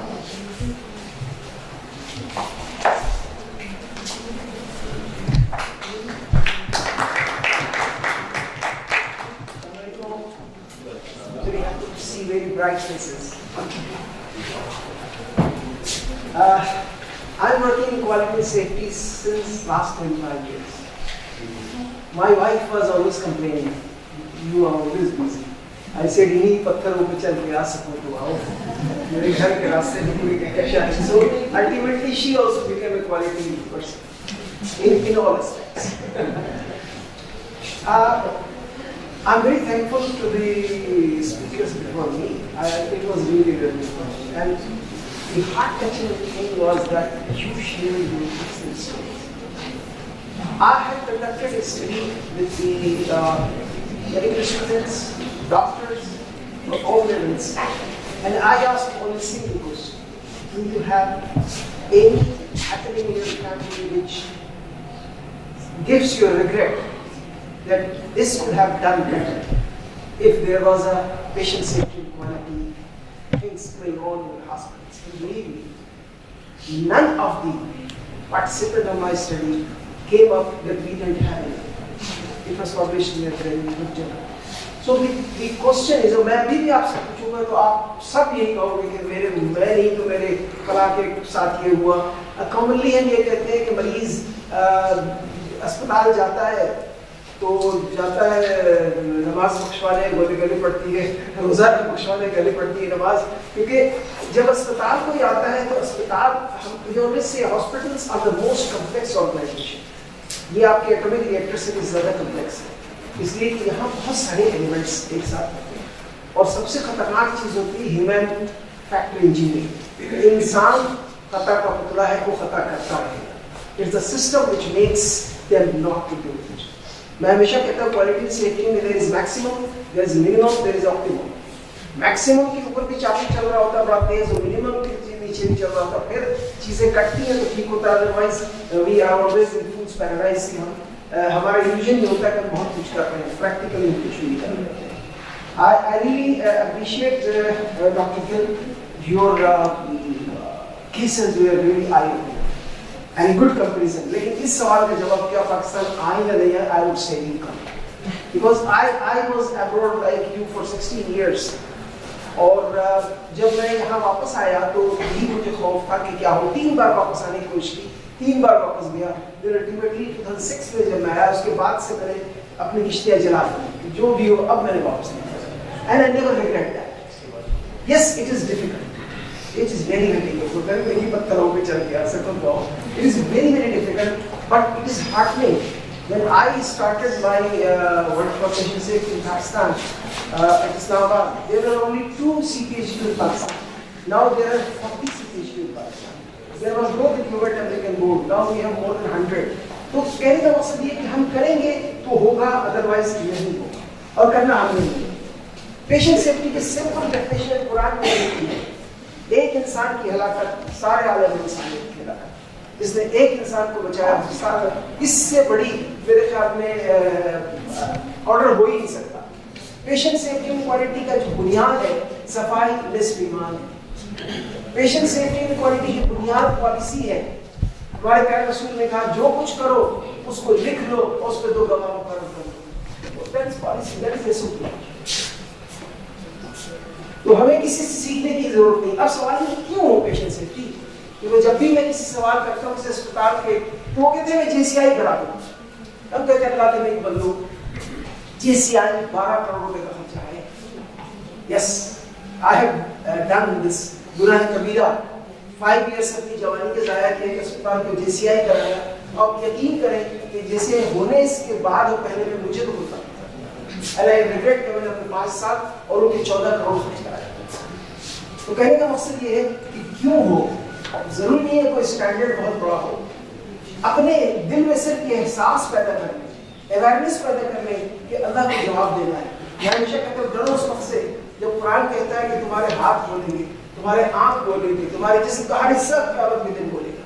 तो डरो उस वक्त से जब तुमने एक मरीज को इन्फेक्टेड को छुआ और अगर हाथ धोए दूसरे को छुआ, इसका इन्फेक्शन उसको ट्रांसफर हो गया और उसको तकलीफ हुई ज़हनी जिस्मानी, तो इसका जवाब कौन देगा? तुम्हारे सारे सवाब उसको दे दिए जाएंगे, तुम बेहिदामन रह जाओ। तो दैट इज इम्पोर्टेंट। तो ये क्यों हम करें? मैं ग्लोबल बात कर 134 मिलियन एडवर्स इवेंट्स, हम 90% एडवर्स इवेंट्स डॉक्टर शफीक ने डॉक्टर बड़े क्लियर और very thankful to the MLD कि उन्होंने बड़ा अच्छा बताया कि ये सब चीजें रोकी जा सकती हैं। 80% of these can be prevented. तो 134 मिलियन अगर एडवर्स इवेंट जो कि सेंटिमिलियन में यूज हो सकते थे, मौत भी हो सकती है, इसको रोक सकते हैं, क्यों ना रोकें? और 2 मिलियन पेशेंट्स की डेथ होती है every year, not because of the disease but because we did not take care of the patient properly. Medication harm, हम दवाइयाँ, I am sorry to say, we the doctors are not healers anymore, we are prescribers. उसके नतीजे में ये हो रहा है कि हमने नुस्खा लिख दिया जिस नुस्खे को मैं दोबारा खुद भी नहीं पढ़ सकता। और फार्मासिस्ट से मैंने एक लिटरेचर कॉन्फ्रेंस में पूछा कि तुम लोग ये दवाइयाँ आती हैं डॉक्टर की प्रिस्क्रिप्शन, ये तुम लोग कैसे देते हो? तो हमारे जो करीब समझ में आता हम देते, it can be wrong. So medication harm 50% of preventable harm, और अमेरिका जैसी जगह में $3 billion का उनको खर्चा करना पड़ता है because of the harms they have done to the patients. $42 billion, अगर इनका आधा भी अमेरिका उसका सारा खर्चा हो सकता है। $42 billion global total health expenditure है। क्यों दवाइयों पे खर्च हो रहा है? मेडिकेशन एरर को अवॉइड करते हैं, उसकी कम्प्लीकेशंस बचाने। अब सवाल ये अस्पताल, क्या सिर्फ अस्पताल में पेशेंट सेफ्टी होनी चाहिए? नो, पर जो प्राइमरी हेल्थ केयर से they are equally important. I went to Australia, school nominated me for study tour and I was amazed to see कि उनका जो सबसे बड़ा है ऑर्गेनाइजेशन पेशेंट सेफ्टी की क्वालिटी का हॉस्पिटल में ही Australian general practitioner affiliation unit. उनसे सवाल किया भाई ये क्या है, अस्पतालों के लिए इतना सा ऑर्गेनाइजेशन है 10 कमरों का और ये इतना बड़ा huge? Because we believe that primary health care is the gateway where we can stop or increase send patients to the hospital. If we want to there, we will have very few patients in hospitals. So क्यों? तो majority of care जो होता है वो कहाँ होता है? Clinics में, छोटे-छोटे अस्पताल में, छोटे-छोटे clinics में। अगर वहाँ हम सिस्टम ठीक कर दें तो शायद अस्पतालों में आने की जरूरत नहीं पड़ेगी। One of the most important health really है ये, और patient safety is a core dimension of quality. Patient से मुझसे कभी भी जब भी कोई कहता है ऐसे कंसल्टेंट में एडवाइस करें क्या करें, हम कहते हैं खुदा के लिए तुम लोग पेशेंट सेफ्टी पे काम करो और जो 6 सेफ्टी जो पेशेंट सेफ्टी के गोल्स हैं उस पे काम कर लो, आधा मसला हल हो जाएगा। Safety is entry point for ensuring quality health care preventive harm ज्यादातर अनरिकॉग्नाइज्ड होते हैं, हम नुकसान कर देते हैं, उनको भी नहीं पता चलता और हमें खुद भी नहीं पता होता। 4 out of every 10 patients are harmed in primary and outpatient care. Just imagine कितना high है। Then so too many patients require infections, falls and everything, medication dose comes and they ज़्यादा दे दिया। I have seen as a pathologist people losing their eyesight because the doctor did not tell them कि ethambutol जो है ना वो इतने दिनों तक 6 महीने बंद करनी, वो खाता ही रहा। In COVID time, Azomix was given like chana and it has caused liver issues क्योंकि वो 5 दिन ज़्यादा कोई नहीं देता, बड़ी कम खाता है, वो खाते ही रहे और so दुनिया के बहुत सारे मुल्कों में ये हो रहा है। Even in developed country 1 out of 10 patients harmed because of patient safety quality issues और हमारे मुल्क में ये 20 गुना ज़्यादा है। जस्ट इमेजिन और चैलेंजेस बहुत ज़्यादा है पेशेंट सेफ्टी के लिए। कहना बहुत आसान है, इस पे काम करना, इसको काम करवाना, इसकी फंडिंग है जो हम आगे डिस्कस बहुत मुश्किल है। But remember it's a human right, it's a right of every person to get a safe care. 1.4 million people worldwide suffer from hospital-acquired infections. सबसे बड़ा मसला अस्पतालों में, देखिए मेरे पास अगर ऐसे पैथोलॉजिस्ट कोई अगर 60 प्लस 70 प्लस आता है उसका एडमिशन उसी वक्त करना मुझे बहुत जरूरी होता है क्योंकि मुझे पता है कि अगर वो अस्पताल के अंदर आया जो शायद वो छोटा इन्फेक्शन लेके आ रहा है कम्युनिटी एक्वायर्ड, वो बहुत बड़ा हॉस्पिटल एक्वायर्ड इन्फेक्शन लेके जाएगा because of lack of immunity something. So the risk of healthcare के हम बात कर चुके हैं, is a basic human right. Let me skip these things, you all of you know। एक चीज मैं जरूर बात करूंगा, unsafe injections cause 1.3 million deaths every year। हमारे मुल्क में क्लिनिक का बात में क्लिनिक चलाना, इंजेक्शन भी लगाया तो क्लिनिक नहीं चलेगा और किसी पश्तून इलाके में आपने काम किया और ड्रग में लगाया तो आपका क्लिनिक नहीं चलेगा। But we have to change it, and who will change it? We will। We will have to create awareness among the masses कि ये आपको नुकसान दे रहा है, अगर आपका मेदा सलामत है तो इंजेक्शन की जरूरत नहीं है। Very difficult. मेडिकल सेफ्टी की मैं बात कर रहा कि 85% रिटेल फार्मेसी हमारी दवाइयाँ 85% रिटेल फार्मेसी में बिकती है और उसका कोई प्रिस्क्रिप्शन नहीं, उसको कोई नहीं पूछता। आपको एक मजे की बात बताऊँ, आजकल वजन कम करने का इंजेक्शन बहुत मशहूर है। आपको पता है कि वो किसी प्रिस्क्रिप्शन के बगैर कंपनी को डायरेक्ट लेके आपके घर में आ रहा है and it can cause blindness. Who cares? अगर ये चीजें हो रही होती तो पाकिस्तान में इसी शहर में जो 2 बड़े इंसिडेंट्स हुए हैं वो ना होते। कराची में जो एक बच्चे को पोटेशियम जो है वो पूरा एब्यूज लगा दिया नर्सरी को, डॉक्टर साहब ने कहा कि डायरिया हुआ है, हाँ उसको पोटेशियम लगा दो, डोज नहीं बताया जैसे कि आपने कहा कि वेट उसका पता होना चाहिए, तो वेट का नहीं पता उसे पूरा डोज लगा दिया, छाट डाल। But who cares? Anti hypertensive medicine इस मुल्क में लॉन्च हुए और बहुत मशहूर दवा है, अगेन नॉट नेम इट, और उस पता चला कि वो जो दवाइयाँ इस्तेमाल कर रहे हैं उससे कैंसर हो रहा है। जब पता किया गया तो पता लगा कि जो रॉ मटेरियल इंपोर्ट किया गया था वो कार्सिनोजेनिक। पर who cares? Patient safety Pakistan में बिल्कुल नई चीज़ है, ये बहुत पुरानी बात नहीं है। इवन यूएसए में I went for my course in IHI, तो वहाँ भी जब ये झगड़ा हुआ तो वो उसने आखिर में यही कहा, look Dr. Mack, we had the same situation 20 years back, but gradually we are, so we will improve, sir, we will improve।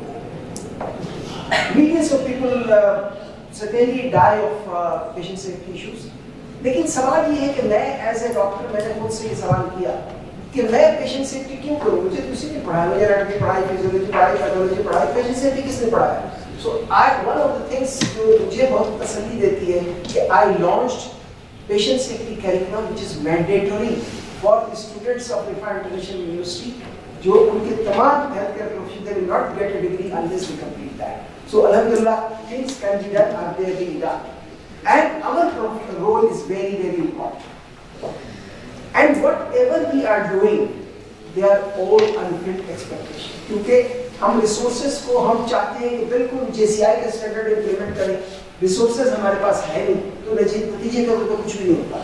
So very lightly work it out, start small, start doing thing which is easy. Infection को कम करने का सबसे बड़ा role hand washing. Hand washing के लिए मुसलमानों को बताने की जरूरत है, सफाई के ईमान तो हमें वो करना चाहिए और वो महंगा भी नहीं है, but we don't care about it. Realities क्या है सबसे अहम, हेल्थ केयर एस्टेब्लिशमेंट जो कि हीलिंग की सेंचुरीज होनी चाहिए, वो एरिनाज ऑफ सफरिंग बन चुके हैं। जो अभी केसेस आपने प्रेजेंट किए वो यही नजर आ रहा है। मिलियंस आर हैविंग प्रॉब्लम और 5 million lives are lost each year because of poor quality health care. From Lahore to New York or England or London, quality health care knows no borders. It should be all around. अगर आप किसी भी urban या rural hospital को आप visit करेंगे तो आप देखेंगे कि जो सिस्टम हमारा वो फेल, it's not the health care professional who are failing, it's the system which is not providing them how to work it. एक नर्स को आप कहते हैं कि 1 to 1 होना चाहिए आईसीयू में, 4 to 5, 5 to 1 है तो क्या होगा? So it is not the nurse at fault, it is the system at fault. So हमें बेसिक इन्फेक्शन प्रिवेंशन कंट्रोल की चीजें ही नहीं है, लोगों को पता ही नहीं है how it can be, and it is an achievable goal. Health care for all is an achievable goal। और ये आपको बड़ी जान के हैरत होगी कि इंडिया के एक शहर केरला में उन्होंने क्या देखा। So is it an illusion? Yes, it is.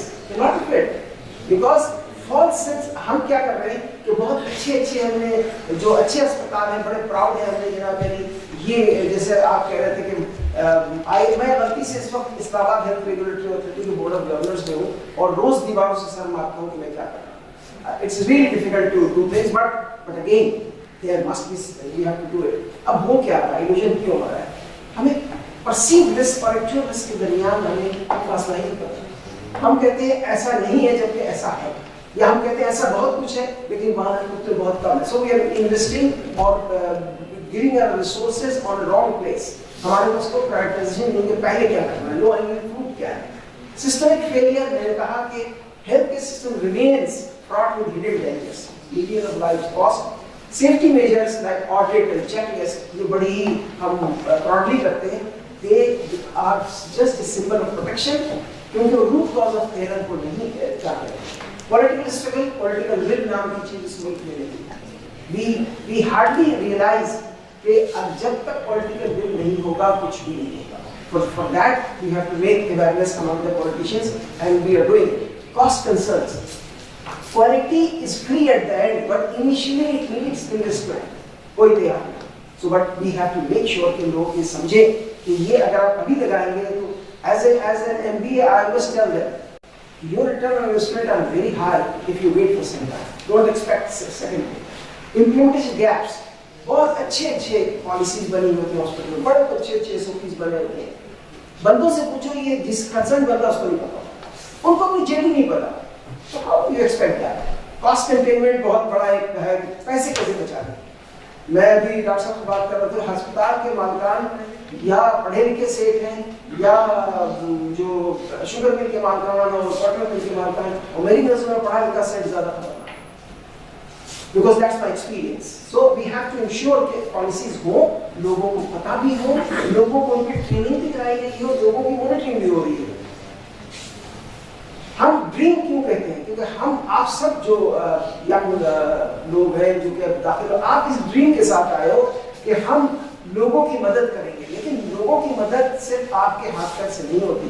You need resources, you need systems, you need training which is not there. तो ये बड़ा मसला होता है, तो इसके लिए डेडिकेटेड एफर्ट्स की जरूरत है। So we have to make a system approach। All three speakers have very rightly pointed out systemic approach नहीं होगा। और एक चीज जो हमारे मुल्क से बहुत सीरियसली मिसिंग है, मरीज को इन्वॉल्व करना। जब हम इन्वॉल्व नहीं करते, रिश्तेदारों को इन्वॉल्व नहीं करते तो ज्यादा डिजास्टर होता है। हम कहते हैं डॉक्टर मैं आगे तू है। This approach has to go। It's my body, I have to take my decision, not the doctor, not anybody else। So patient को एंगेज करना जरूरी है। सेफ्टी कल्चर, सबसे बड़ा मसला ये नहीं है कि हमारे पास इल्म नहीं है, हमारे पास रिसोर्सेज है, रिसोर्स होते ही नहीं। कारवा के दिल से एहसास जिया जाता है, वी डोंट नो कि ये कल्चर। मैं हमेशा कहता हूँ patient safety is a misnomer. Patient safety is not have correct definition. Patient safety का मतलब पेशेंट से डॉक्टर कहेगा मेरा क्या मसला, नर्स कहेगी मेरा क्या मसला है।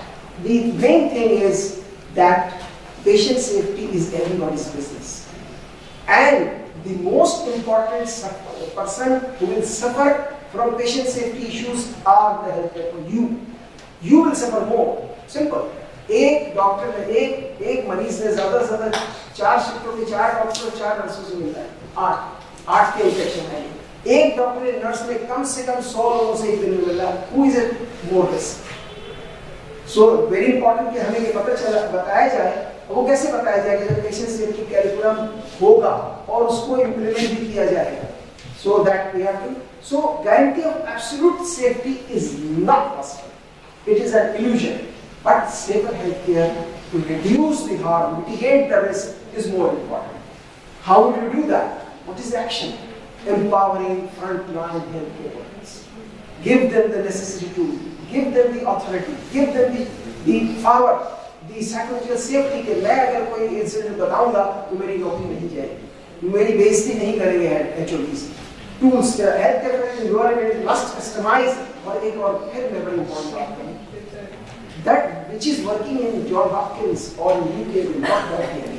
We have to customize as per our, even JCI says, you can customize your policies as per the religious legal requirement.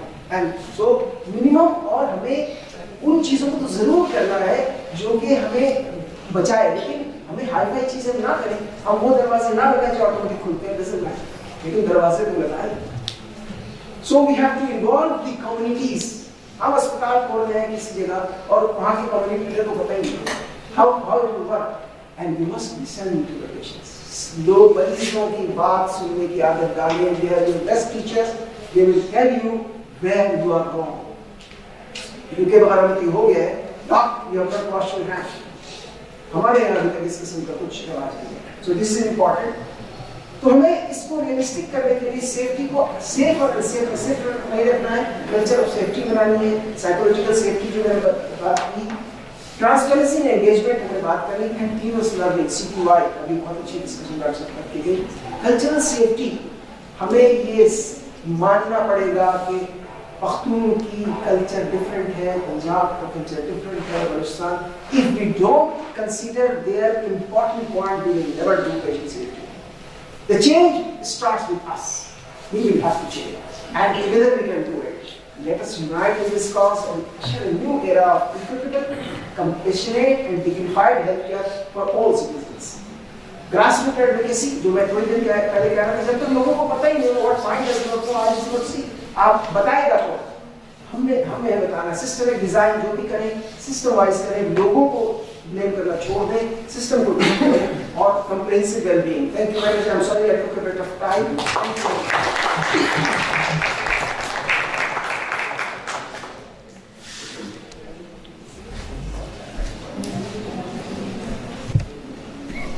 Thank you very much, Professor Rahman, for sharing your wisdom and your insightful perspective on patient safety and quality of care within the broader healthcare system. Indeed, while the patient safety curriculum needs to be taught, however, simple steps such as empowering our frontline workers and responding to needs of patients is something which can be very easily done, even in the absence of a curriculum. And also, thank you for emphasizing on the hand washing, which I do frequently. But often, I get the people, sort of give small laughs or smiles when I wash my hands frequently. So I'm so very glad that you emphasize it throughout your presentation. Please share this presentation to all your students. Yes, sir. Thank you so much. Okay, so we're running short of time. We're very quickly move to the next presentation.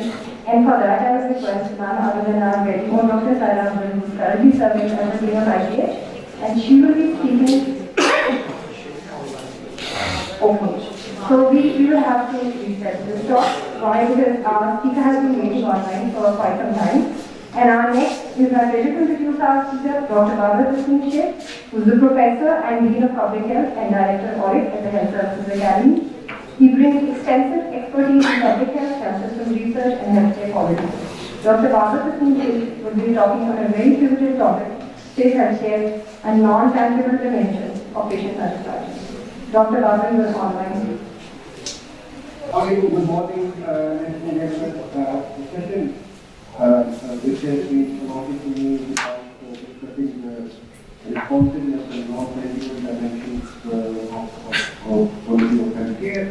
I will just take this opportunity to thank Vice Chancellor of teenagers, medical university, the senior faculty, the senior people who are involved in organizing and convening this event, and my particular thanks and gratitude to Dr. Shafiq Gilsa for providing this opportunity to speak on this day. And also, and people joining in person because of my other pressing commitments. I reside in Corporate Depot Government and in the Cabinet. And today is my lecture soon following this particular session. So my name is Professor Dr. Mahmoud Ismail Sheikh. I work as Professor and Dean of School of Public and Health Education.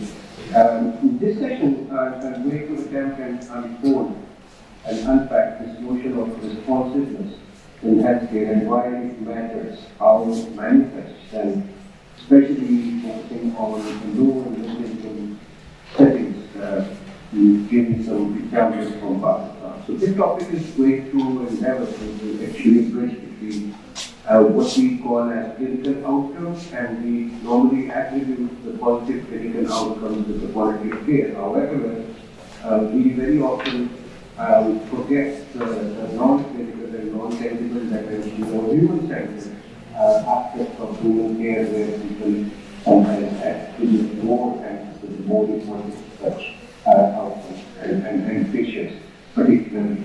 So, the objectives of today's session would be something like defining, unpacking responsiveness in healthcare, also explaining what are some of the key domains, understand why responsiveness matters for quality and accuracy, and then we will discuss some examples from lower and middle income countries, including Pakistan.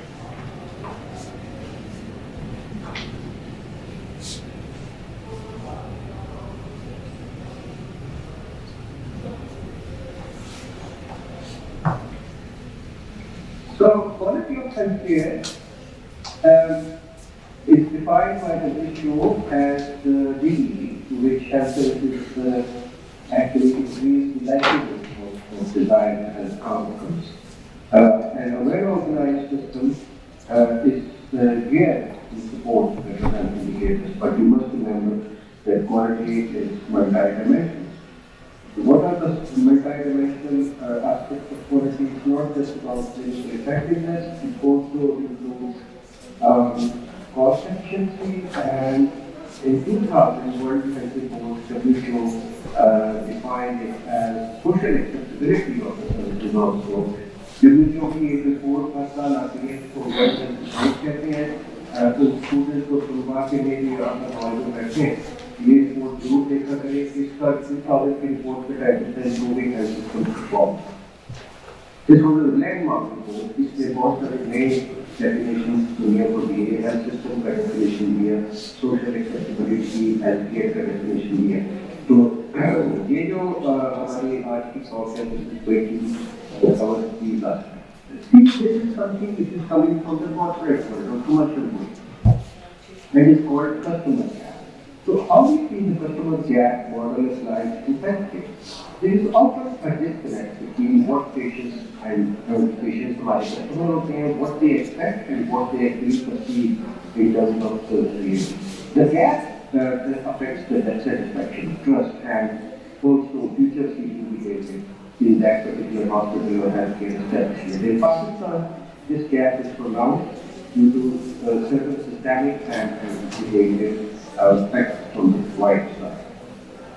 So when we see quality of care going beyond clinical effectiveness and safety, these are becoming more and more important and essential for the but still, patients also care deeply about how care is delivered, the respect, the communication, the dignity, the experience. This non-clinical aspect is what we call responsiveness, and it's about the human side of the healthcare.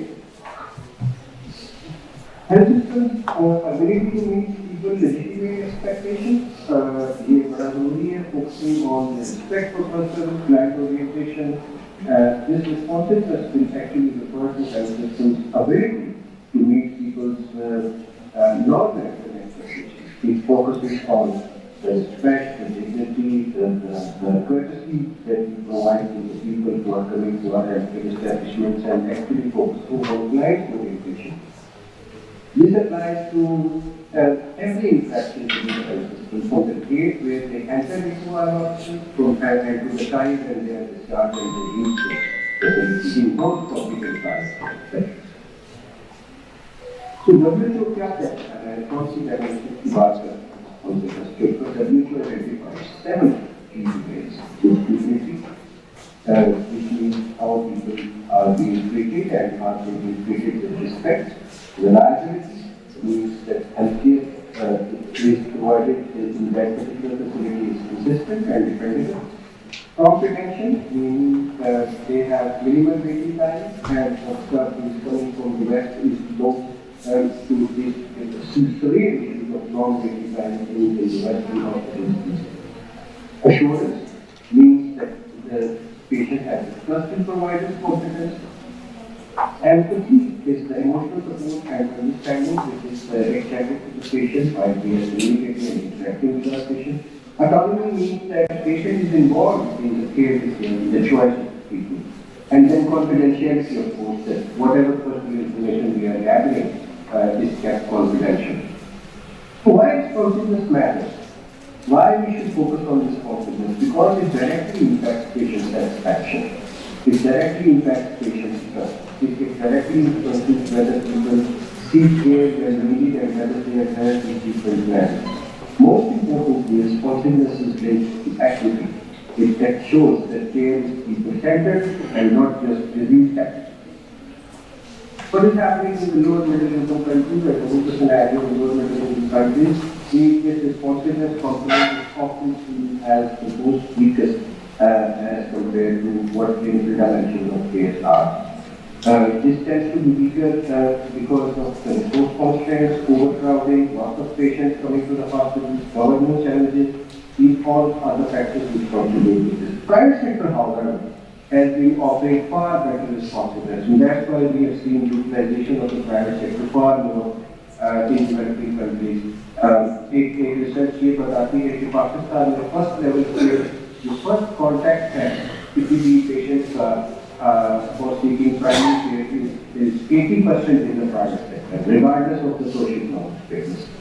So, however, there is the question of cost of equity. We would like to serve those who can pay, or we would like to serve everybody, and we don't want to leave the poor behind. So consumer behavior हमें क्या बताता है? It's very interesting to see the average number of contacts with the healthcare provider for Pakistan is more than 5 years, and therefore only last 5 years का रहता है. Around 20% of the patients with the acute illness go to the public sector. Only 20%. हमें नजर आता है जैसे बहुत rush है सरकारी अस्पतालों में, but 80% का first level contact is happening in the private sector. सरकारी आदादोशुमार के मुताबिक of the total health expenditure per capita, 53% is being spent out of pocket. However, some other individual studies and other research papers are showing that more than 80% is being spent out of pocket, and when you go to private doctor, it's 90% out of pocket. So this is kind of the behavior, and this is kind of the preference that people have for the private sector. We need to unpack and unfold this phenomenon, why people are suffering in spite of the fact that they have to spend everything out of their pocket. This financial burden actually is influencing how people perceive and access care. So some of the examples from Pakistan that I would like to go and share, like public sector hospitals show long waiting time. Particularly for women, there is limited privacy. And then when we compare it with private hospital, we see that responsiveness, element of responsiveness is perceived better. Recently, the Sehat Sahulat program has further raised the expectations for respectful care, because the Sehat Sahulat program is dono hospital and parallel, public sector bhi, private sector bhi. So when people now go to public sector hospitals, because they have Sehat Sahulat part, they expect the same level of same kind of responsiveness that they have been receiving in the private sector. So raising expectations means that people now expect more respectful and dignified care and their rights, not as a privilege once they have been paid for. So some of the policy and management implications क्या है responsiveness की? Improving responsiveness would require some actionable strategies. We must try to train our health workers in communication skills and ethics. There is a need for redesigning patient flows to reduce information times, and also it is utmost important that we use patient feedback systems to hold providers accountable. So these are not just nice to have, they are essential for systems improvement in today's times. What is the implication for the equity, and when we see this from the lens of equity, we see that responsiveness is not evenly distributed.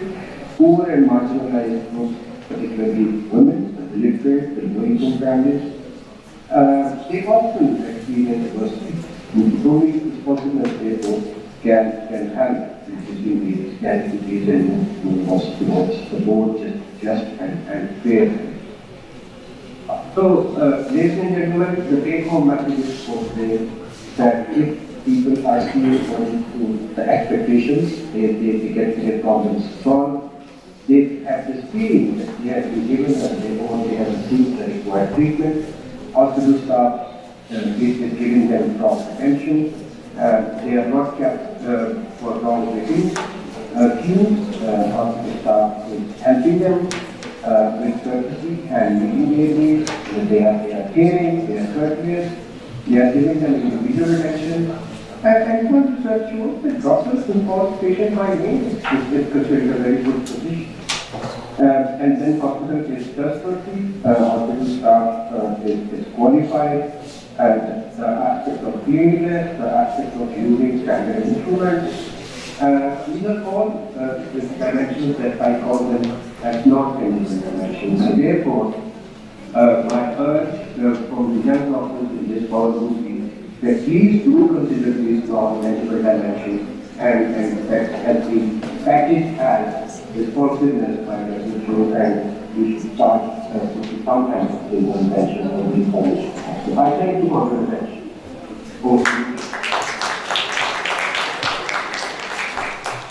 Thank you very much, Dr. Baba, for initiating your talk. I would now request Dr. Saida to please come and deliver her talk on public health challenges and the role of physicians in achieving sustainable development goals.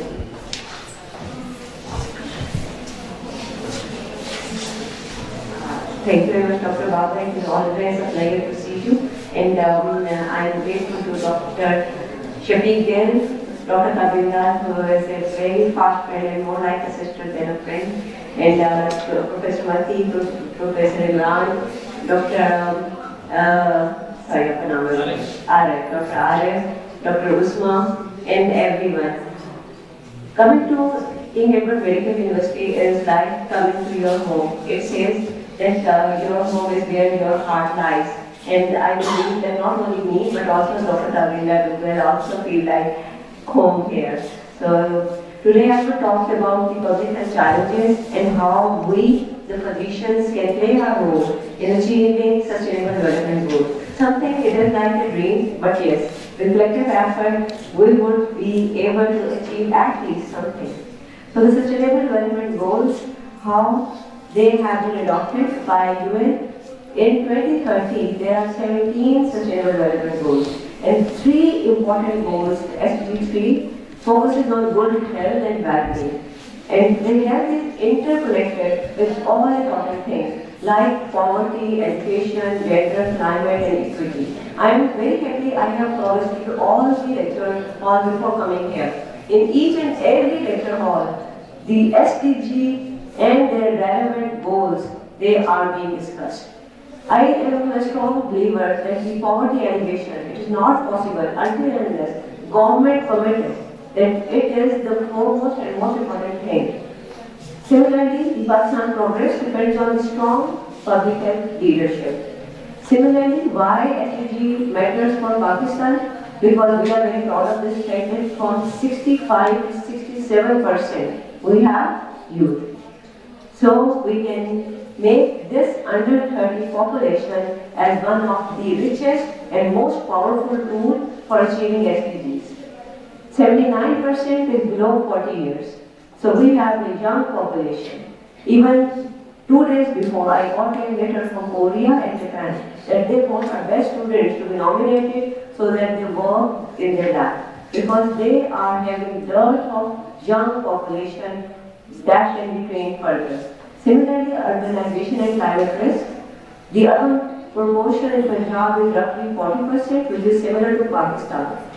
However, I am of a very strong believer that this number is just a tip of an iceberg. Actually, the migrations and the people who want to live in the urban population, that is beyond 40%. Persistent health inequities, especially rural and urban, gender, socio-economical.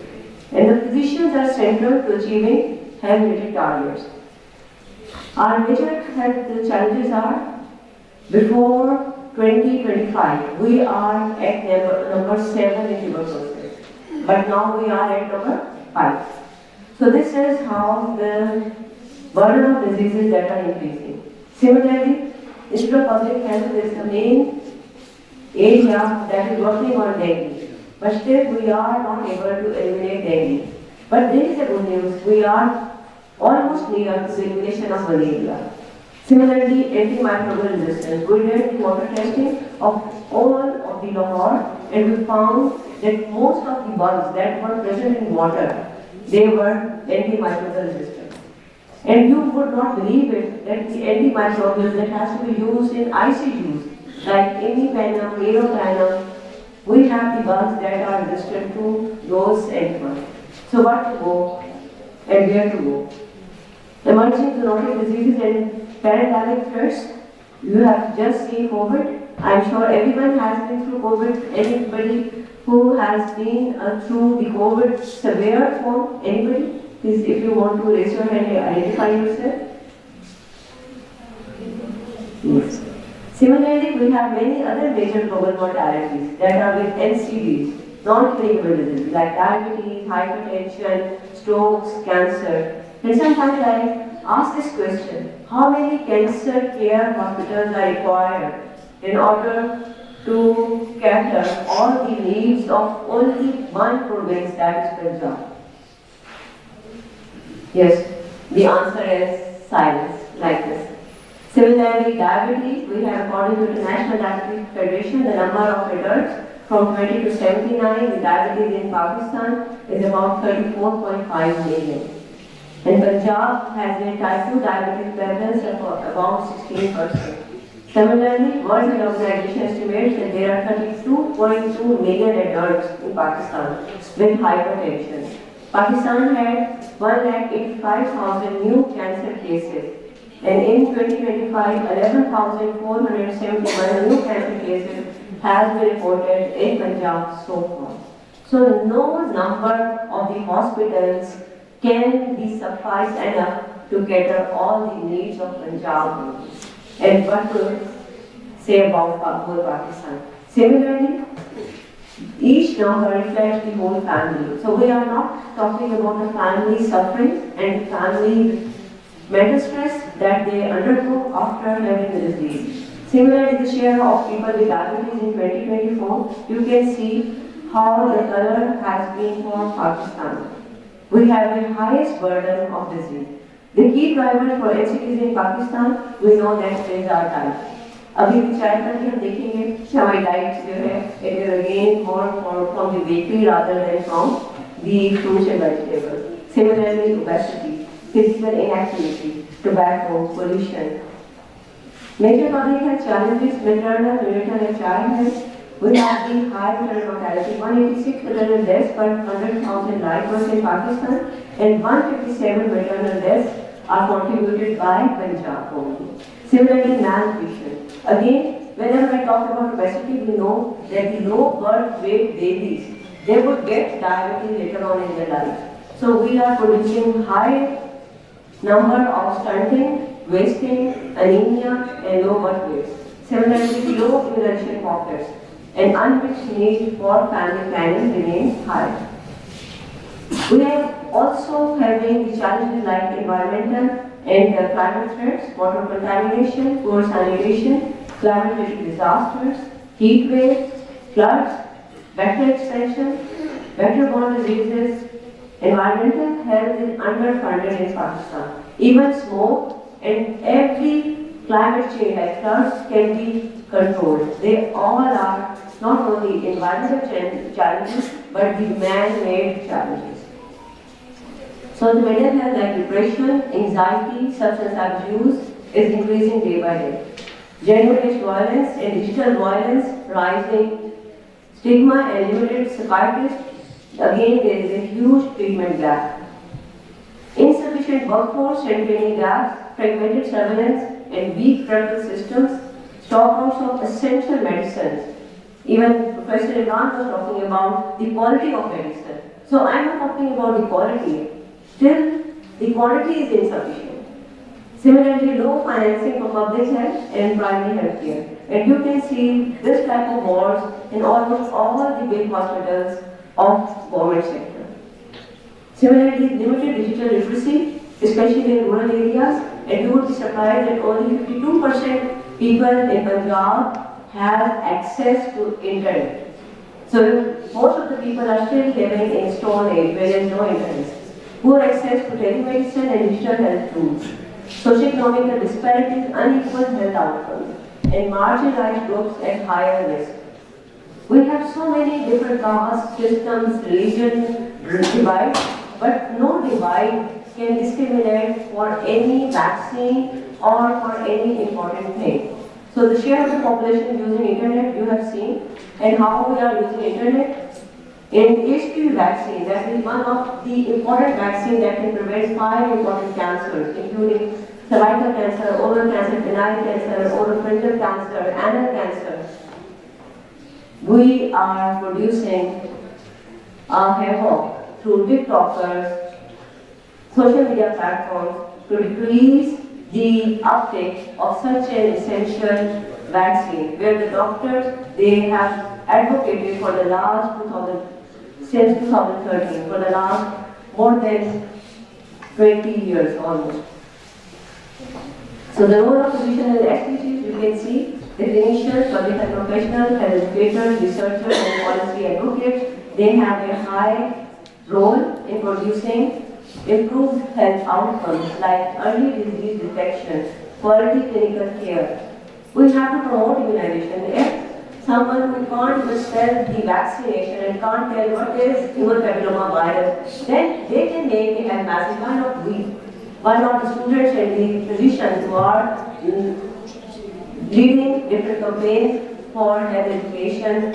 They can make the safe immunization practices, especially they can help for promotion of newborn care and also integrated mental health screening into routine care, and antimicrobial resistance that can be decreased by the rational use of antibiotics by the physicians themselves. I have seen even some of the videos that are made by the physicians and gynecologists who are actually decreasing the uptake of the vaccine. So physician role strengthening health systems, advocates for the strong primary health care and universal health care.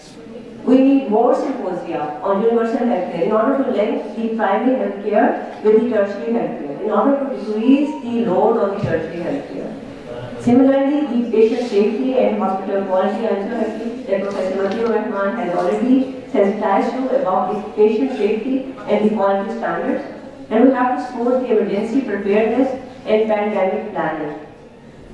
The next challenge would be in 2030, all important donors of vaccination, like Global Alliance of Vaccination that is run by Melinda Bill Gates Foundation, and the largest procurement agency, that is UNICEF, would not give a single penny to Pakistan in 2030 to buy any vaccine.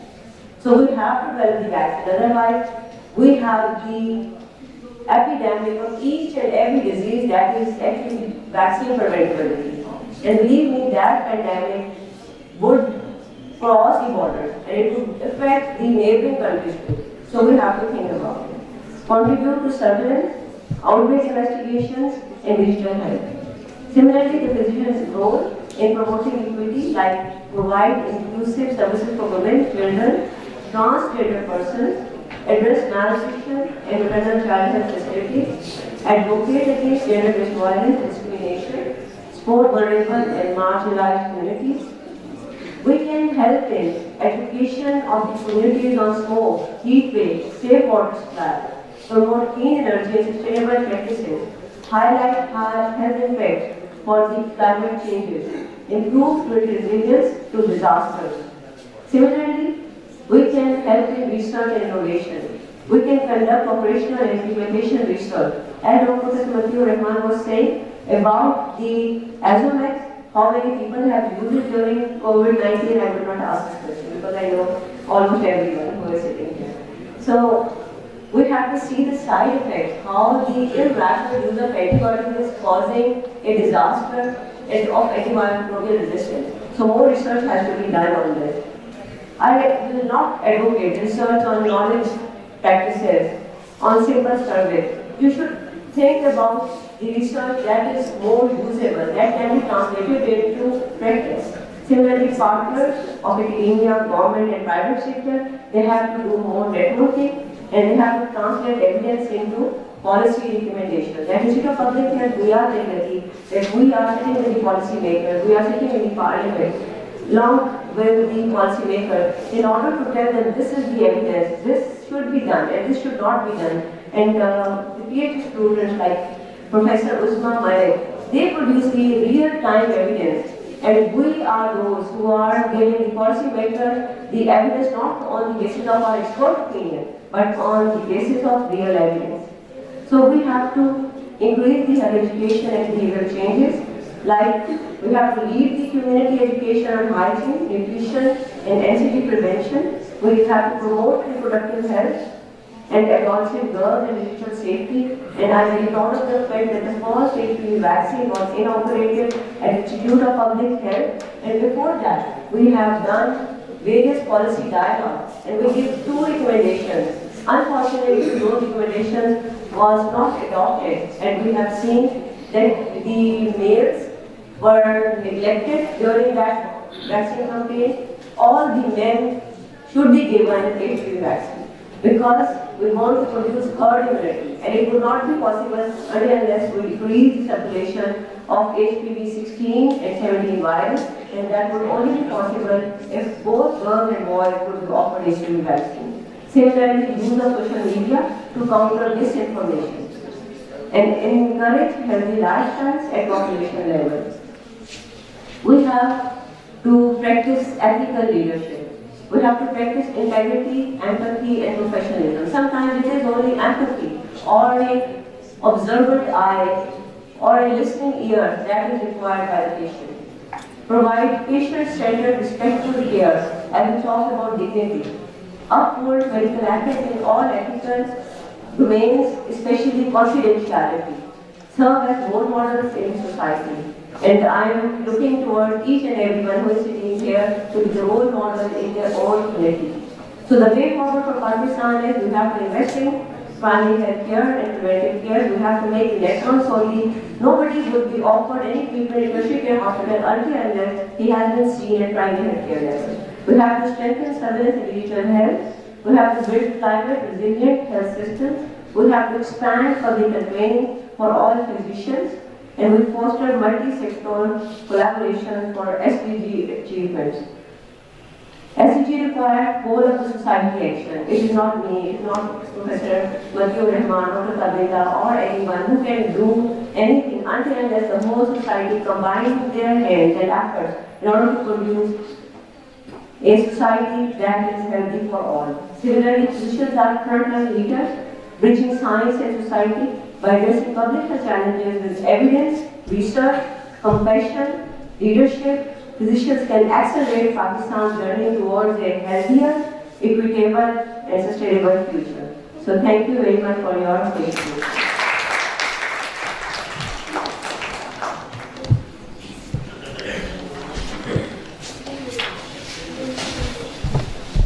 Thank you very much, Dr. Kaya. I would now request Professor Mohammed Imran, Chairman, Department of Medicine, for his concluding remarks.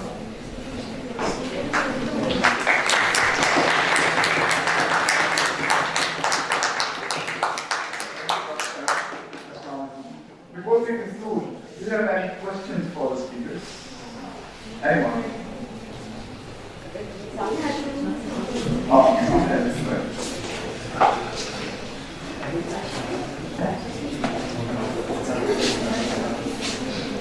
So, no question? No question is a big question. Before Dr. Gill has a comment, I have a question for Dr. Easy one. So this is an argument which goes between me and my classmates as well, because majority of them are abroad. The Pakistan वापस आना है या नहीं आना?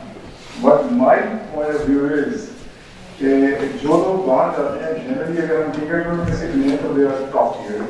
अगर हम बाकी college से कंपैरिजन नहीं करते, तो top tier है जो बाहर जा रहा है. जो बाहर जा रहा है, top tier बाहर चला गया उसमें से, इसका मतलब है क्रीम को मजीद स्किम करके आपने मक्खन बाहर दे दिया है. अब अगर ये मक्खन वापस नहीं आएगा यहाँ पे, तो हम अपनी रुकेंगे है चुकेंगे. So if we like to, tomorrow my class fellow, she always says कि हम क्या है वहाँ से foreign evidence भेजते हैं जिसके ऊपर मुल्क चलता है. तो मैंने बोला मुझे तुम्हारी भीगी चाहिए, मुझे तुम्हारा माइंड चाहिए, तो यहाँ पे अप्लाई करो, सिस्टम को बेटर करो, stand by us, so that I can improve it. So मैं डॉक्टर गिल के उसे totally agree नहीं करता. I'm sorry, he should come back. कहते हैं कि अटेंशन लेने के लिए आपको थोड़ी सी कंट्रोवर्सी जनरेट करनी पड़ती है, और आपको पता है पाकिस्तान में मीडिया इसी पे चलता है. तो मेरा ख्याल है सवाल को थोड़ा सा पीछे ले जाना चाहिए कि पाकिस्तान से जाने क्यों है, आने की बात में आती है, जाने की. ये एक छोटी सी एफर्ट है, 20 साल 23 साल में बाहर गुजारे कि the reason for planning thinking of this session was आप लोग you are the right people. हम इन लोगों पे इन्वेस्ट नहीं कर रहे हैं, सॉरी टू से, हम इन लोगों पे इन्वेस्ट कर रहे हैं.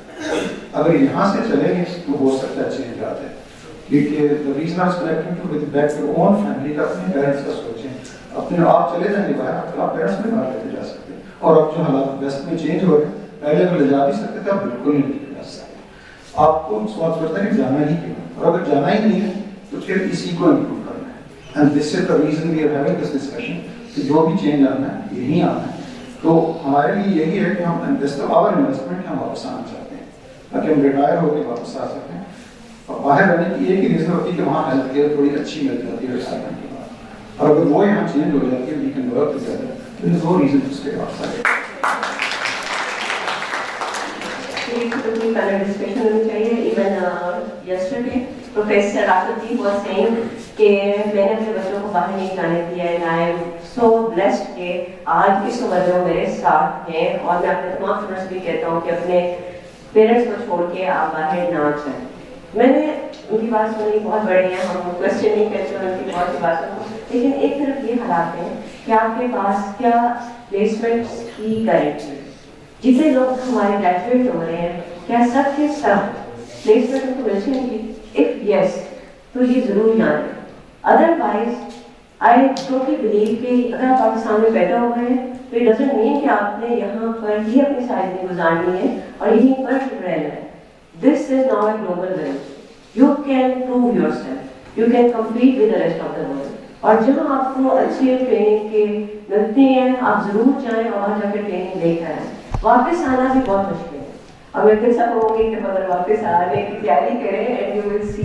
मेरे आज भी स्टूडेंट बहुत से क्लास फेलोज है, 99% हमारे स्टूडेंट बाहर ही होते हैं. किंग एडवर्ड का स्टूडेंट जो है वो मेरिट पे बाहर जाता है. It is not because of anything else. वो वहाँ जाता है, कम्पीट करता है और मेरिट पे जाता है. They want to come back, not only because of themselves. उनके तो पेरेंट्स में बहुत होते हैं मेजॉरिटी, वो आना चाहते हैं अपने मुल्क को कुछ देने के लिए.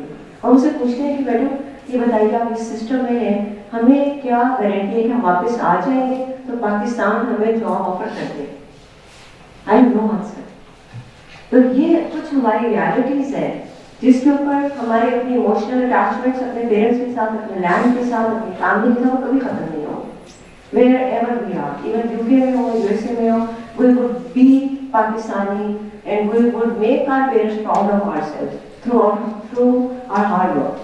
लेकिन अपॉर्चुनिटीज जो है वो खुद आपको बुलाती हैं कि here are the opportunities, come and grab it. और अगर पाकिस्तान में ऐसी अपॉर्चुनिटी होगी तो आई एम 100% श्योर कि हमारे लोग वापस आएंगे, जो आज भी है वो भी आएंगे, और ये यंग लोग कहेंगे कि ट्रेन होकर वापस जरूर आएंगे. So this is my take on this.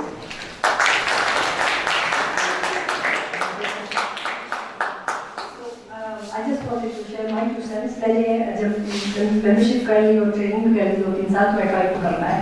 So जब टीचर लोग किया, but this was last century when I tried to come back, and I was shortlisted for this job in a very big institution that shall remain unnamed. और वो मैं जब I interview देने के लिए, तो there was a classmate of mine who was working there. They said this job is already spoken for. They have a local candidate. आप क्यों आई इतनी दूर से? I came from the UK at that time, and the job was already fixed. तो हम आने की कोशिश भी करते हैं कई बार, तो सिस्टम जो है वो बात सिस्टम के ऊपर ध्यान रखते हैं, बार की सिस्टम डेवलप करने हैं. हमें system should be there so that people can come back and they can be absorb that relevantly. सिर्फ रिटायर होकर वापस आना नहीं होता, और बीच में भी कोशिश करते रहते हैं. श्योर आपने भी शायद कभी सोचा होगा, आने की कोशिश की होगी, but system isn't there to take us back. So that's another dilemma कि वापस आए तो कब आए. अब डब्बों में बंद होके आना है या पहले आना है,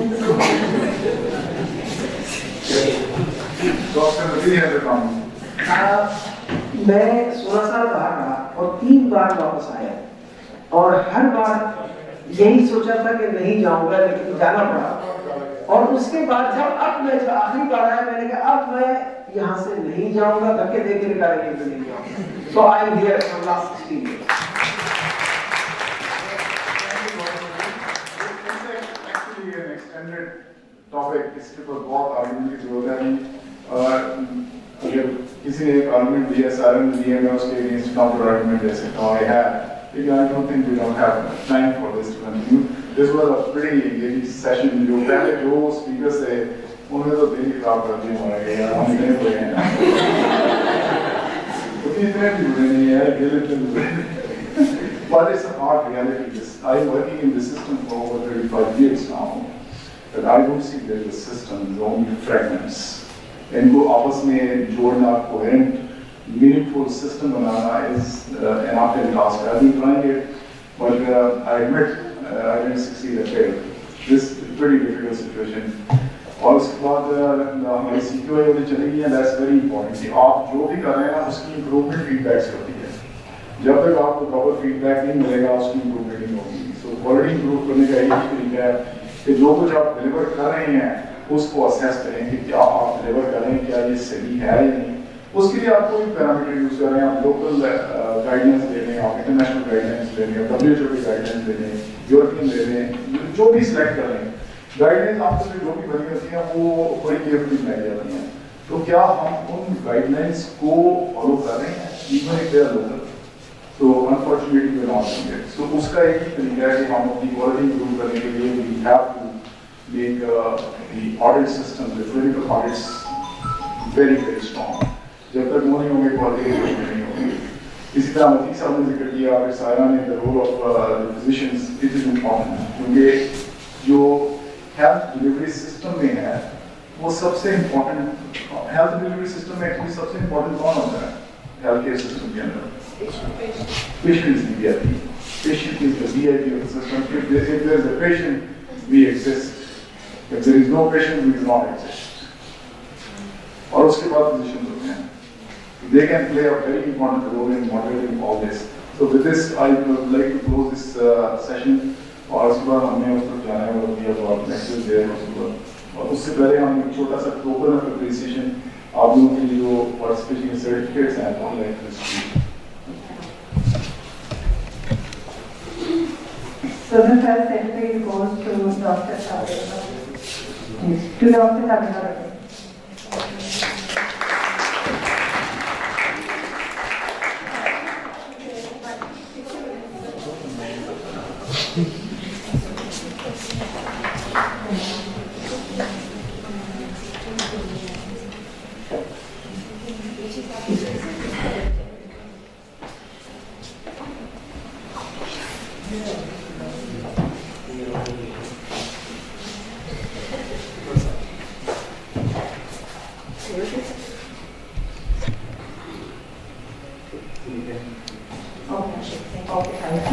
The next certificate goes to Dr. Mohammed Hafiz.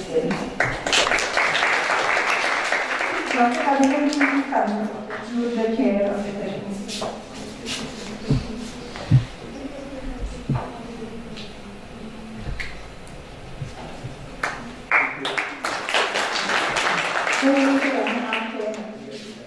Professor Mathura.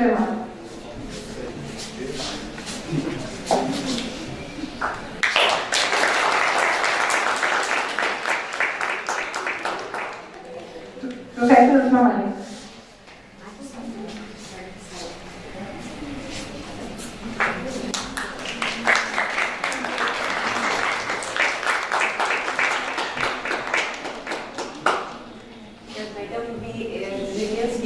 Dr. Saira और मैं इसमें शामिल हूँ हमने देखा इनका सारा जर्नी और through her hard work merit she is now professor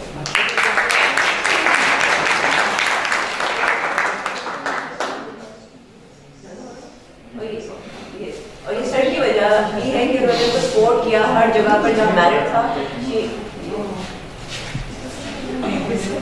और doctor Saira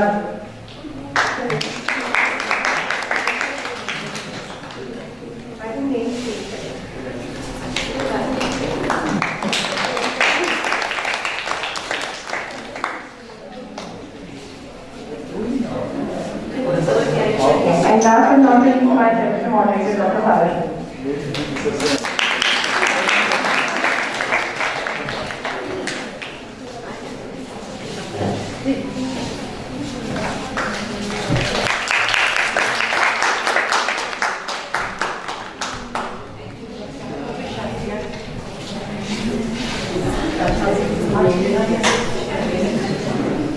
We also have a celebration for Dr. Shah.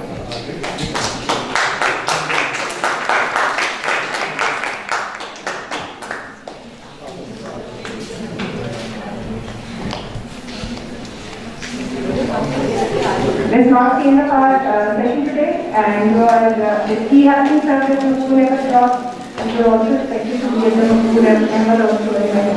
Thank you so much.